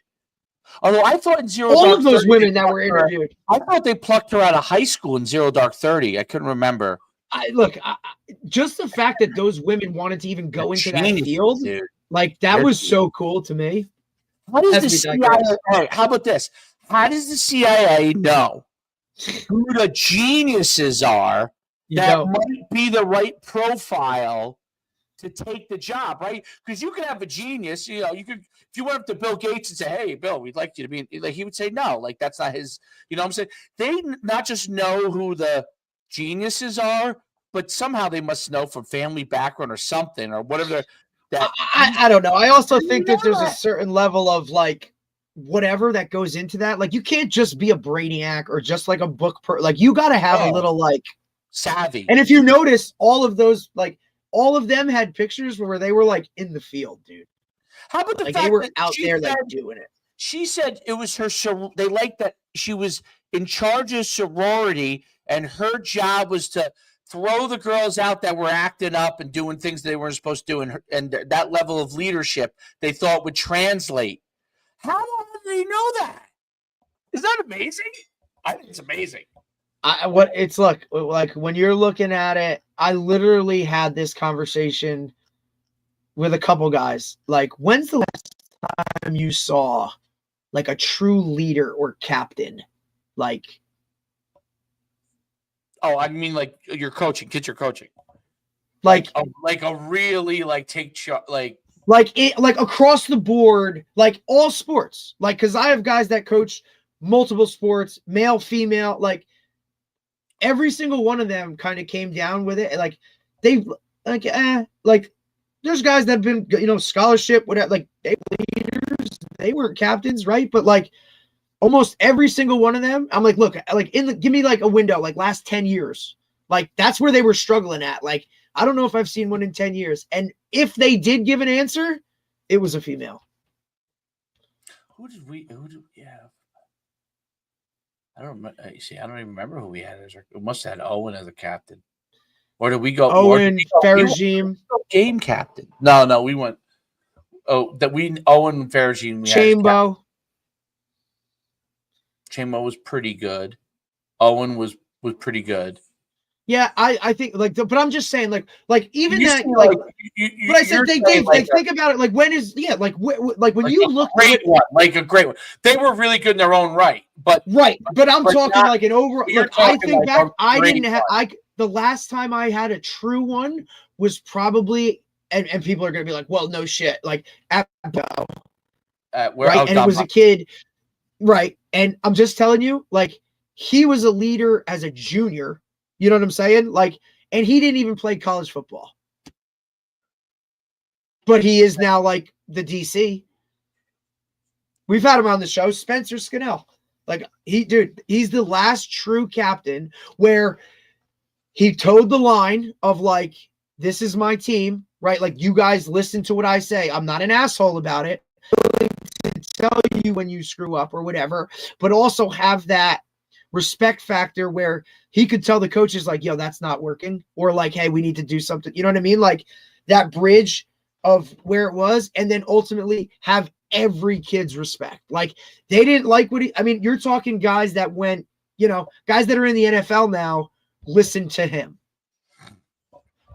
I don't know. It's really tough for me to find one since. And that's not a knock on any of the ones. Because look, like Liam Anderson, he was a great captain too. Like he was probably the next one that I had that was somewhat of that.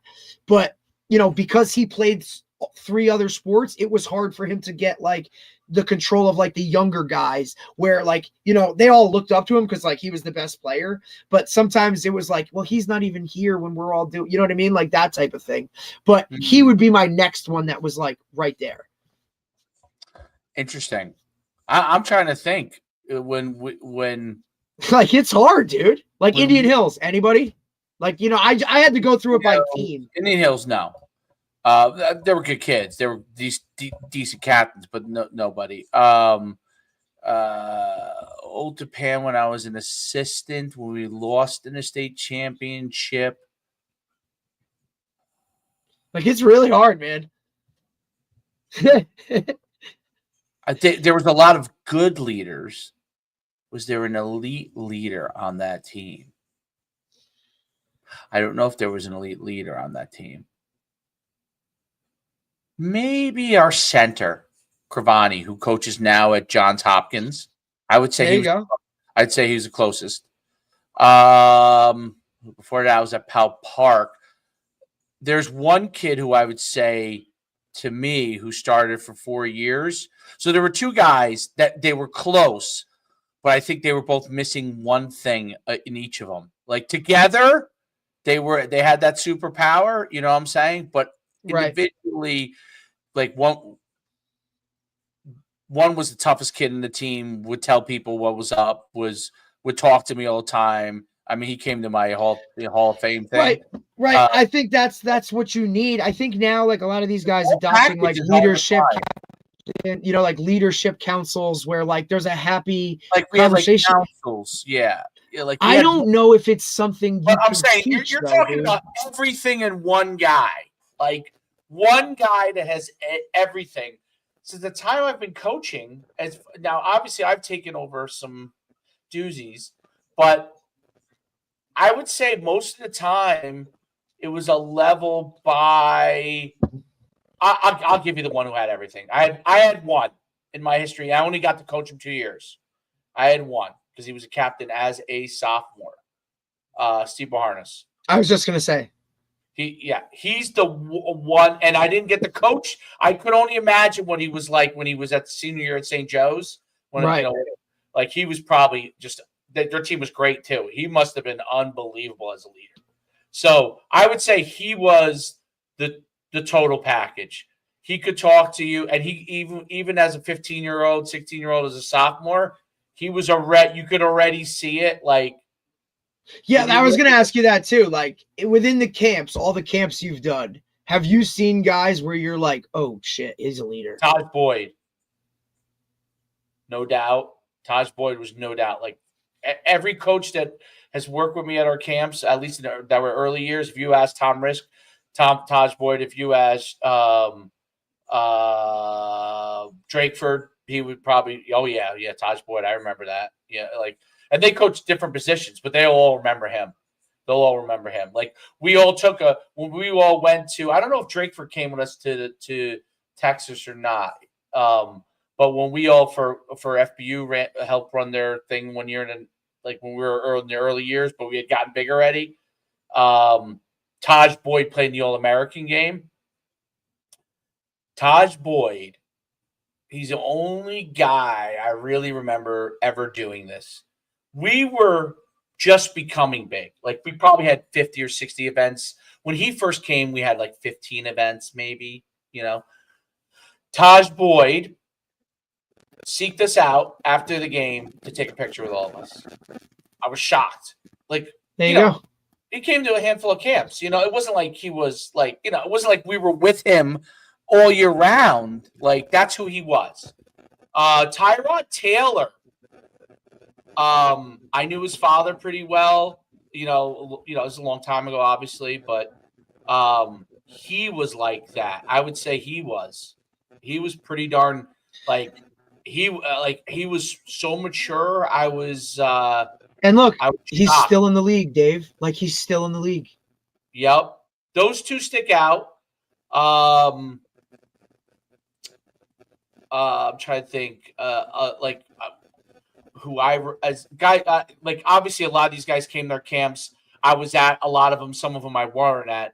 I would say another guy that stuck out to me was but I just think that's really cool. Collins. You remember him? Landon Collins. Who's that? Landon Collins. Hell yeah, safety. Yeah. He stuck Giant out guy, really. He stuck out to me as and he won a lot of awards. And obviously it's going to be a guy that we know that wins stuff, but he stuck out to me as a guy who was really, really like that's cool though. Had all of all the features. Like if the guy Dowdy, who worked a lot of camps, and Barry Harris, who's from Englewood, worked a lot of camps when he was going through it, and you say Landon Collins, they would just be like, oh, yeah, Landon Be like, Collins. oh yeah. Like we used to come out of the drills because Landon was big. He was he was a big dude. So he would come out of the cornerback. He was a safety, but he would come out of the skill portion and all everybody. I would always be like, oh, Landon's skills are good, but like there were DBs that had maybe quicker feet. Yeah. But they would immediately say, he's the guy. He's already the guy. Like this ain't even close. We just started drills. He's first in line. He gets everybody lined up. He tells everybody. That for me is a part. Like a lot of guys can fake it, right? Like, yo, coach said get in line, whatever. And then, but does he only do that to the underclassmen? Like, is he willing to do that to guys that are equal with him, right? You know what I mean? Like, does he do it like in a way where guys actually like listen? It's not just, or does he get the fuck you, bro? Who are you? Right? Like, no. And then if somebody gets that, how do they de-escalate that? Yeah, right? So like, bro, I'm just trying to get you right. Now, one of the things that like there is some like physical presence to it too. Like, of course, dude, he's a monster. He was at 16. He was built like a man. Hell yeah, dude, a brick shit. He came over to go first in line. I don't think anyone was like cutting him, But he just kind of had a calm. Not that he was calm, but like he had a presence about him. And then when you would get into the gameplay though, and he started like running the defense in 7-on-7. Or taking charge with one-on-ones and getting guys like pumped up, but not artificially. He would be like, "Yo, let's go." Yeah, like you know how guys are fake. They fake that. Oh, they're artificial, Now I don't even know. Some kids I don't say are fake. I think they tried to figure it out. Like I think sometimes kids are. I think society now is really, really hard because it's like everybody. I don't know. It's just I just think. Like it's just like even discipline is so different now. Like and everybody asks why. Like doesn't matter. Like if a teacher tells you something, these kids still question it. Like there's no like I don't want to say respect, but there's no like they don't understand the level of authority in turn. Like everything is questioned, right? Like you see people question cops. Like, dude, what do you know what I mean? Like there's a level of like, well, we're all equal. Like, no, we're not all equal, bro. That person, like, no. Who's the best leader I think that I remember in camps ever? And I think he's a high school coach now. Pretty sure he is. And he was from Texas. He was this kid, Drew Smith. He was a quarterback. And he was always he won like best quarterback a lot of times. He won like leadership a lot of times, but he was just amazing, not just with the players, but with the coaches. But what was interesting, his father was a coach, so he was really, really. I'm trying to think what Drew coaches now. He might be in college now, even. Drew Smith. He's 31. What? No, I can't. It's supposed to be a different. It's supposed to be a different guy. Nope, it is him. He is 30. Jesus, he's 31. So he did coach at D1. Okay, he's in Texas. So you follow him. He's great. He was unbelievable leader at events, and I'm not surprised. He coached at D1 for a while. He played in college. I don't know if I think he might have played FCS. And he's an offensive coordinator. That guy was a great leader. He was a quarterback too. It's interesting. Like what stands out now. Like I wasn't like when Johnny Manziel played in our All-Star game and he came to our showcases. Like he was at our showcases. I think he won an award or was second at the time, but he was quiet actually. Believe it or not. Some guys are that way. He was quiet. Look, for us, like I can remember always like we always had like He was a probably ball. 4 captains or whatever, but each guy like had their own like strength or weakness. Like you always had like a yeller type of guy. You had a guy that was real quiet and just action spoke, like did everything right. Like you could always see that the coaches were trying to balance out like who was whatever. But you got to college and it was totally like captains almost didn't mean shit. Like, you know what I mean? Like to me, captains didn't mean anything because it was so just not the same type of thing. Like, all right, you had guys that were captains, but I think almost every guy I played with was like captain quality in terms of that, right? Like there were like the entire offensive line could have been a captain for us, like in college. Like that would have been and it would have been real, right? Like, or our line, like a couple D line or line, like it was just different. Like, I don't know. It's just totally different. In college, when they choose captains, I think sometimes they nail it. I think sometimes they don't have a feel for the team. The coaches, I mean, like they have a feel for the team, obviously, because they're coaches. But as far as like, the locker room, dude, it's the locker room. They don't because they don't know when you guys go eat and stuff. They don't know who people talk to really, because 100% one of the coaches, I think in college. Now it may be different now, I don't know, but when I played in front of the coaches, there were certain guys that put on a face. I don't know if that makes sense. Yeah, dude, they became something else. I'm like, dude, that's not who you are. Stop faking it for the coaches. Shut the hell up. Yeah, right. What are you gonna give them a Hummer after practice? Like that's pretty much what it was. Yeah. So sometimes coaches didn't. In high school, you have a feel for that because you're around them a lot more. In college, you're around them, and yes, you're around them with films and dinners and all that stuff. But different. You can still put on a show. Yes, because they want to play. They want to get on the field. That's their focus of everything it is. See, that's why I think like in college for me, like that's what got me like I didn't mean it was just who I was, but like I can remember specifically like Neil Brown and actually Artie Asalta, who's the OC at Fordham right now. We had just finished up a film session. Everybody had left, and like chairs were pushed in, couple bottles like sitting right there or whatever, and like you always had to put the projector in a certain spot, right? Like leaves the meeting room and I'm like the only one still sitting there, and like I see all that and I'm like, dude, I didn't think anything of it. I cleaned up all the bottles, pushed in all the chairs, and put the projector back. Dude, you guys were just sitting there like just looking at me, and I'll never forget, my DC said, he goes, that's why we recruited you. And I was like, okay, like, you know what I mean? Like, so that's what got me my shot, just knowing that like that's what the shit, like that's why you're here, is because we knew you were that type of kid based off of like everybody we talked to when you came here on your visit, and we evaluated, like these were the little stupid things that like you like we want this program to stand on. You know what I mean? And that wasn't me being like, hey, if I clean up these bottles, like coach is gonna put me on kick return. Like, but there were some who kids I was that were like that though. There were some kids that were like that. Yep. And sometimes some coaches could decipher the difference. Some coaches can't. They can't. You're like, that dude's full of shit, bro. Yeah.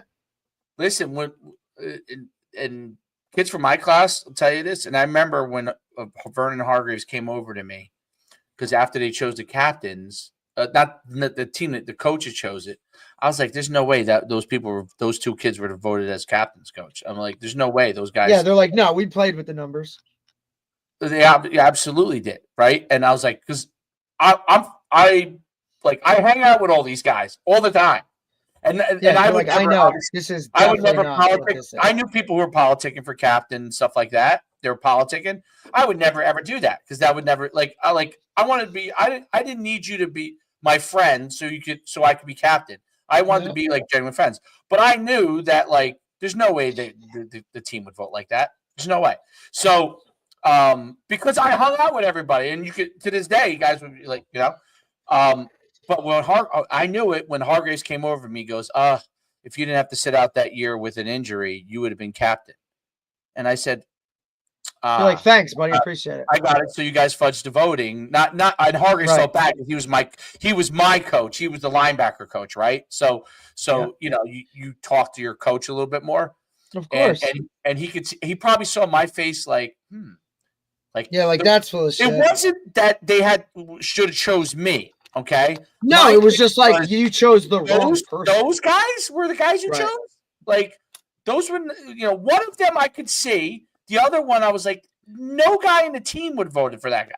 Correct. So like you got 5 votes. You know what I mean? And I love him to death. Like he was a friend of mine, but there's no way, dude. Have you seen him on a Saturday night?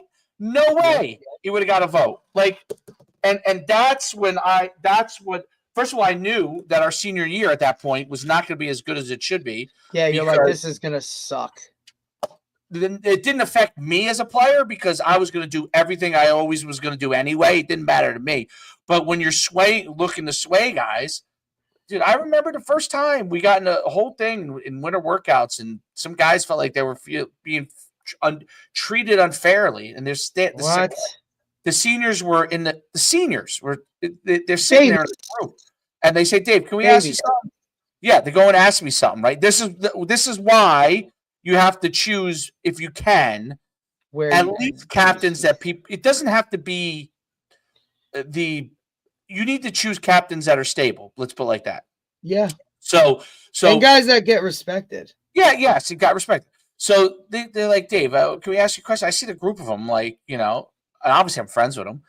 I'm like, what? They're like, yo, so-and-so, blah, blah, blah, blah, but that whole thing.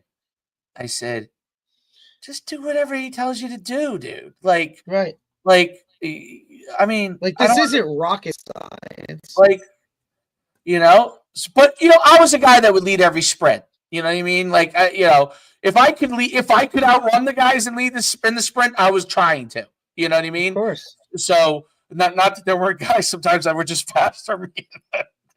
I can't catch that guy, but I'm trying to lead.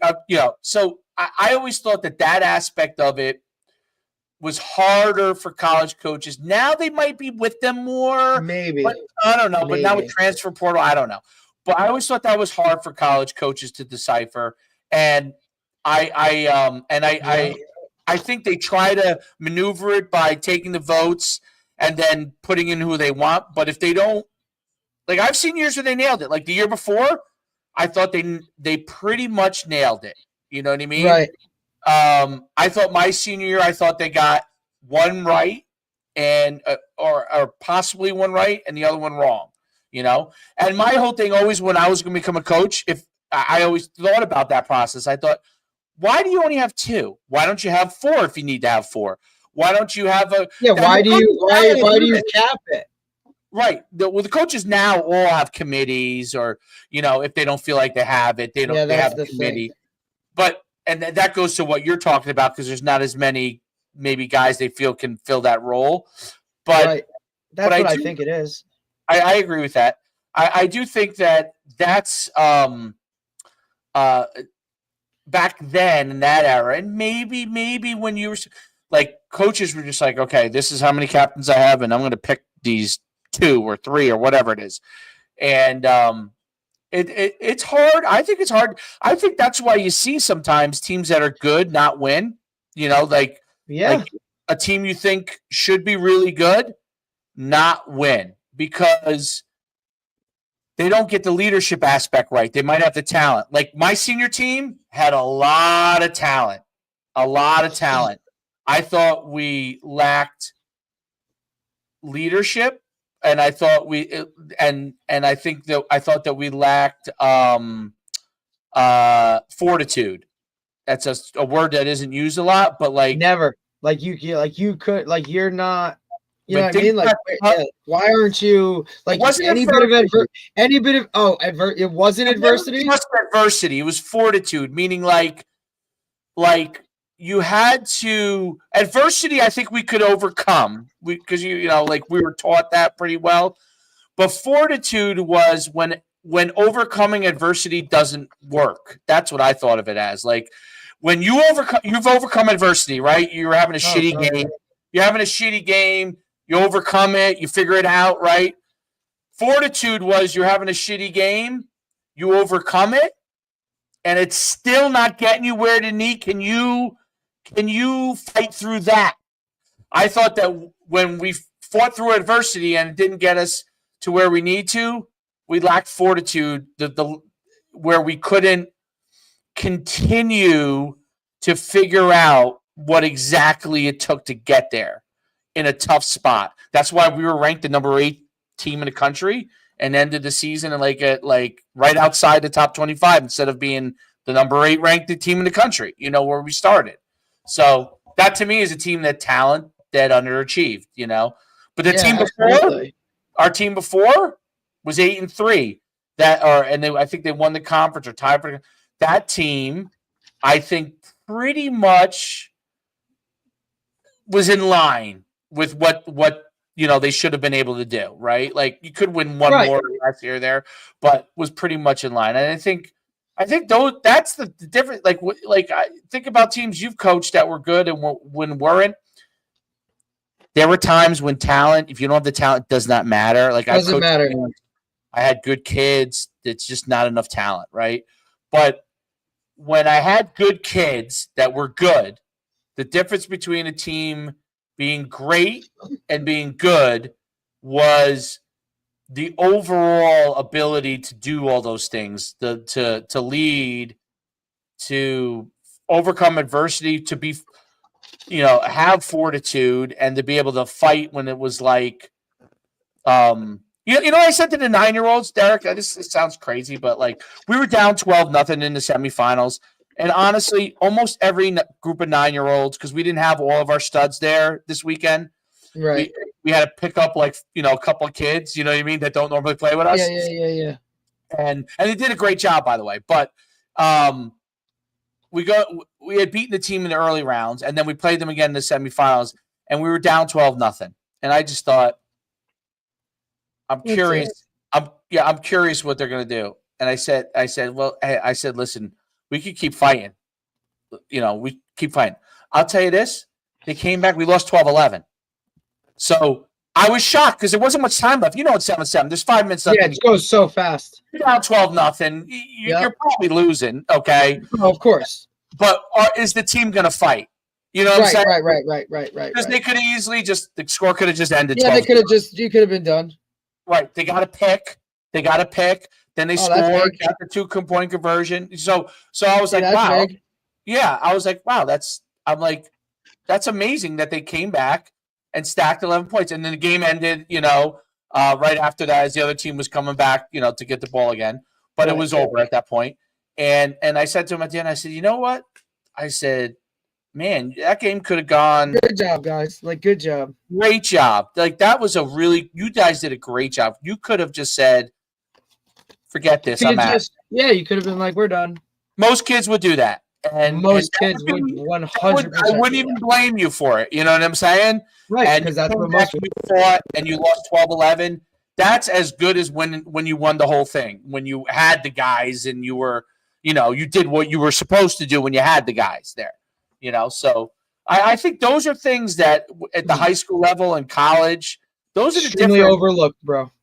Yep, that's the difference between you having a chance to be great and just being like when you end the season, you're like, well, why were we just okay?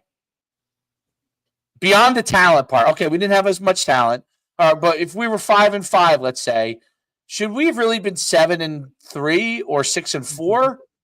You know what I mean? Well, what was the difference between us being 6-4 and 5-5? That might have been the fact that we lacked a couple of these things, or 7-3 and 5-5. Could have easily been 7-3, but we weren't 3-7, which means we were kind of like shitbirds. You know what I'm saying? So we did 100%. Kind of what the middle of the road of it. How do we get out of being the middle of the road, right? And being 7-3 when our talent is 5-5, instead of being 5-5 when our talent is 5-5. Oh, yeah, absolutely. 100%. You're not going to be a champion when your team. Right. If your talent level is 5-5, you're not going. This is the thing that people don't really understand. Like outside of coaching, people think, "Oh, you can take a 5-5 team and win a championship." It's not. I mean, it's so rare that happens. Like maybe once in a blue moon. Once, yeah, that's like the stories. But that's also the problem is the stories you see are those like random outliers where like a 5-5 team wins a championship. You're like, damn, and then so and so made it from nothing to the league, and now it's like that's all. this is all we talk about. Like, the truth is, a really great coaching job is your team is 5-5. Like at the beginning of the year, if you guys like had a realistic conversation and you said, what is our talent level really with our schedule? Oh, okay, we're 5-5. You know what? If this team could go 6-4 or 7-3, dude, that's a huge accomplishment. We don't tell them that, but we know that that's a huge accomplishment for our guys. Our goal is to win the whole thing, yes, but we need to know what a good accomplishment for our guys are, right? We need to know that. We need to know, like I was the first year at RBR, I don't know what the rest of the people were they thrilled or not, but I thought when we lost the best player and what they ended up accomplishing, I thought was unbelievable. Yes. I thought that was pretty awesome because that could have been an Shit off show. the rails thing. That could have been an off the rails thing. That could have been absolutely. I thought they did a great like job. It could have went really bad, and they decided to like, all right, well, we're not going to let that affect us. Like, let's go. They won the Manasquan game. They won the Central game in a walk-off. Those to me, like they won the Manasquan game. Was fucking wild. We won twice on kick returns. The Central. There's your argument for special teams. The Central regional game on a walk-off, and then David took the kickoff. He took the whole game over. He took that whole game over. That to me was like I felt really good about that job. COVID, I never felt good about it because I just thought the whole situation was you were in a bad situation. I just never felt good about the whole situation. And I don't know if that was I like that's the only time in my life as a coach that I take myself off the hook on it because what the hell are we supposed to do? I'm pretty sure everybody should chalk that up to that type of whether you had a great year or you didn't. Like that was a shit situation. And look, and if you did, like I'm sure that there were certain things that went into that in terms of like your district let you do this and we couldn't do that. You know what I mean? There's just so many outliers within that I think it was, you know what I mean? Like if that makes sense. And the one time I think that I wish if I were to look back at my coaching career, I wish I could have got it right was the team after the team that went to the state championship. That team was 7-0, murdering everybody by like 40 points or 30 something points a game. And the whole season we battled with those kids because they were the younger group. They were the juniors to the team that had the better leadership, the seniors, but they were the talented kids. They were the you catch a slant, go to house. They had those kind of kids in that group. Right. So they never had to really go to the forefront. Yeah. And then they had to, and I thought they were good, but they could not. I thought they overcame adversity. They did all those things because that's how they got to that point. But the fortitude was the hardest thing for them to handle. Absolutely. And they were because the team before them had the fortitude. That team had it. The next team was, man, we would sit there and be like, do these kids know at some point? Like we're trying to convince them so they understand it. At some point, they're going to meet a team as talented as them, and what's going to happen when they meet a team as talented as them? And it turns out that was the league championship against Hasbrook Heights. The year before, we upset Hasbrook Heights, who was definitely better than us, and we beat them. And because that team had the talented younger guys, and then they had the seniors who were like, "We're not losing this damn game," you know? Yeah, which you need that. Right. The next year, Hasbrook Heights came out and had the same level of talent as us, athletes all over the place. They had athletes and linemen too. They were as big as we were. Like they averaged like 250 on the line. We averaged like, something around there. And they got up and I was like, oh, now we couldn't stop them. Like I was like, our defense has no fortitude, dude. No ability to just stand in there and stop these guys. It didn't matter. We were trying everything too. Like we're, when you're diving into your like deep, you're like, oh, you're like, I need to do run this blitz to stop them. Like none of this other stuff that we've doing all year is working anymore. So we'll try this. And no, it's not. I mean, they were diving into like he's like, I have these blitzes that we haven't run in a while, but they're killing us and everything else. Should we just try them? I'm like, dude, do whatever you think. Like, try it. Who cares? This team is going through. What's the difference? We got nothing to lose right now, and we could score because we had Adiyami De Silva at quarterback. We could score. I mean, we could score. We were scoring 1,000,000 points, but we could not stop them, and they beat us. And that realization of that team is what cost them getting back to the state championships, because they thought, if you were to interview them, they thought no one could beat them in their heads. But it wasn't because they had done it was just because they were beating up everybody, right? Because they had so much more ability than the teams they were playing at the time, right? Yep. It wasn't. And you know in Group 1 how that can happen, right? Because you went to Butler, right? So you know when you're better than a lot of these other teams, you know what I'm saying? It's just how it works.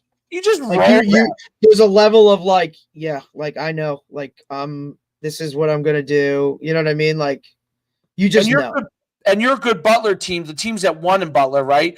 Was yes, they won all these games 40-0, 40-7, 35, to 14. They won all those games, but they were able to stay focused on the fact that did not mean that they were going to win the championship just because they were beating up lesser, people that had more talent than. Like you had a lot of talent, you had a nice system, and that was us too. We were like, we had a nice system, we had talent, like people, as a Group 1, you have a guy that can read the backside end on zone read very well. It's over.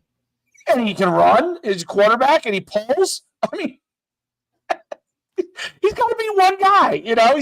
It's funny because I've coached teams that you run it, he pulls it, he reads it well. The talent wasn't there, and he gets tackled for a 5-yard gain. I'm like, geez.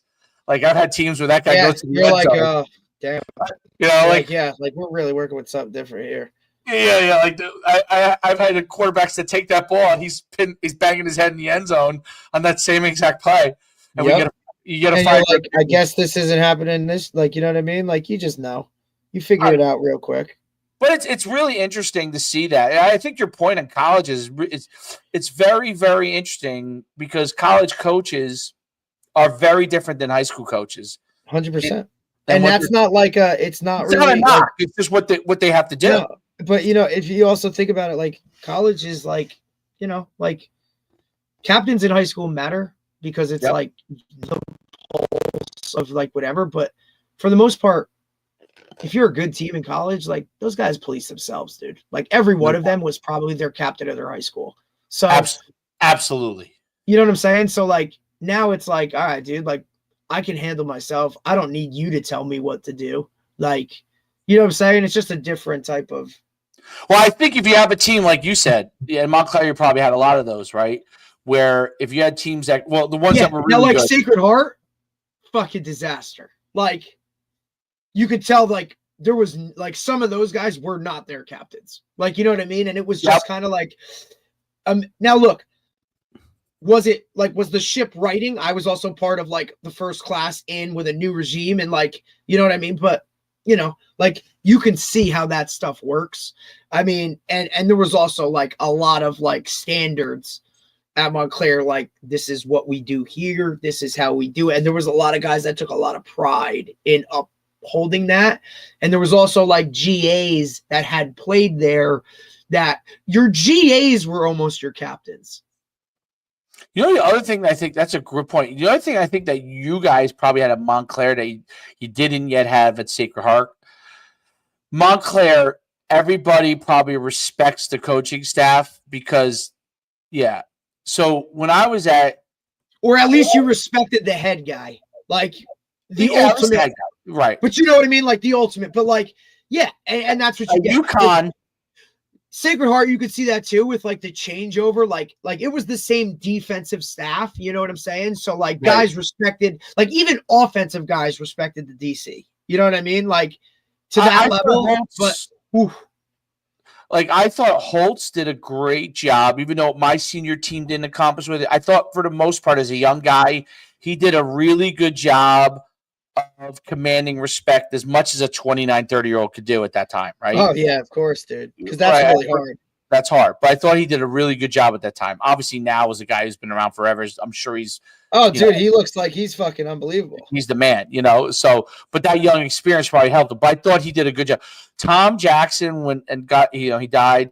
I love Tom Jackson's personality. Okay, but the players didn't respect him the way that that sucks. They might have been scared of him because he was a gigantic guy. I mean, he was 6'5". But you know what? But that sucks, they didn't respect him. They didn't respect. And I would not be like, I would not like that as another player. You know what I mean? Like, I'd be like, dude. Him personally, people liked him. I liked him personally, but I don't think they respected him. Yeah, dude, I get it. And if you don't win, you sure hang out with it. You would hang out with Tom Jackson. You know what I'm saying? Like, that's so weird. That's so weird, though. If Tom Jackson invited you over your house, like if you, Derek, if you were a recruit there, you would go hang out. You'd be like, this guy's cool. Like he'll talk sport. Like he knew everything about. Like he was very well versed in sports. Like everything. You know what I'm saying? Not just a football guy, but like he knew stuff. And he was. He was a great guy from a recruiting aspect. That's why we had a lot of talent. Right. But he didn't enforce things. Like I always thought his 3-strike rule was the dumbest rule ever. Like, of course, any kid who is somewhat of a knucklehead is going to take 2 strikes. Who is not? What kid is not going to take 2 strikes? A 19-year-old, like you were like you go into this party and you're doing something you shouldn't be doing.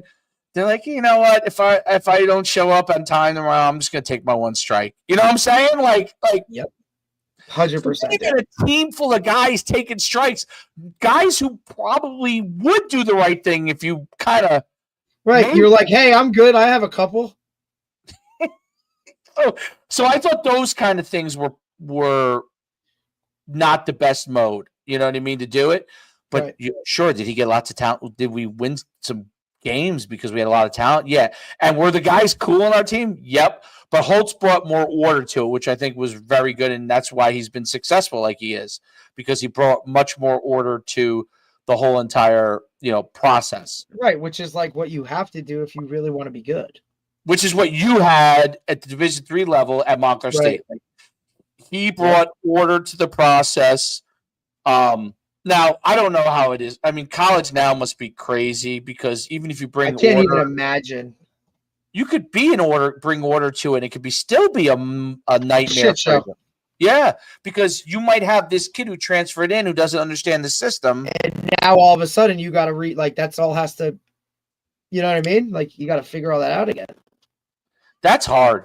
I think it's kudos to those guys that do figure it out and nail it, because like Shiano, I think, has a level of it. I think that's a respect factor, though. You know what I'm saying? Like, oh, he definitely does. It does, but the flip side is it doesn't even guarantee winning. So not even close. So you could do all that shit and do whatever, and it still don't matter. That's how frustrating is that? That's hard, I think, for a lot of football coaches. Probably Absolutely. Your age group and older, that's hard to wrap your head around. Well, it's also hard. Like now you start, yes, you can do everything, and like you tell me, like, trust this process, and like now, like what? Like that that sucks. You know what I mean? Like that sucks. That's why guys go to the NFL, because they know, okay. But also, like, at that level too, right? Like high school, here you are putting in all this time, doing all this whatever, and like you don't win a game because you don't have a Jimmy or a Joe. Well, that's exactly right. You don't have a Jimmy or a Joe. That's all right. Well, that was really good. Let's end the pod. That was we ended up turning it into a 2-hour pod discussion. Sometimes I think like us just going back and forth, like that's a pod in itself, for Christ's sakes. If people heard the conversations, you know what I mean? Like in terms of like when we start shooting around, like, coming up with whatever based off of like experiences and then like where we're at now, like all that kind of stuff. Like I think that's like beyond. We talk about stuff that's, all kinds of levels in terms of like, what we're talking about or any of that kind of stuff, dude. Like it all works out when we start getting after it. There's no doubt about it. It makes the pod much better, and I think it's a thing that every coach kind of wrestles with. Like you're wrestling, 100%, dude. You're wrestling with these things, and I saw on a constant basis. Yeah, I saw the interesting post from your cousin yesterday. Dude, that's basically like that's not triggered off of like something that happened or something like whatever. That's just him like being self-aware of it and like, oh, yep, you know what? Like, yeah, it's not like something like, because guys were hitting me up like, what happened with your cousin? What? Nothing, dude. The guy had like a weekend where he took a step back. He looked at some things and was like, you know what, dude? Like, I feel like I need to like express this and get this out. Right? Because, some people were saying some people were saying some things about, social media this, social media that, like all that kind of stuff. Like, it was just like, you know what? Like, I don't need to do any of this type of stuff. You know what I mean? Like, or on this level. Like, I don't know. It wasn't anything like, oh my goodness, but just a different self-awareness that he wanted to put out there. And I hit him up. I get kudos to you, dude. Like, do you? You know what I mean? Like, platform over posts, some shit. Well, that's what this podcast does well, because I think that we just try to talk about the things that you might be thinking about as a coach. Like you might be thinking about stuff. So anyway, let me let you run. Great podcast. All right, buddy. Talk to you later. All right, bye.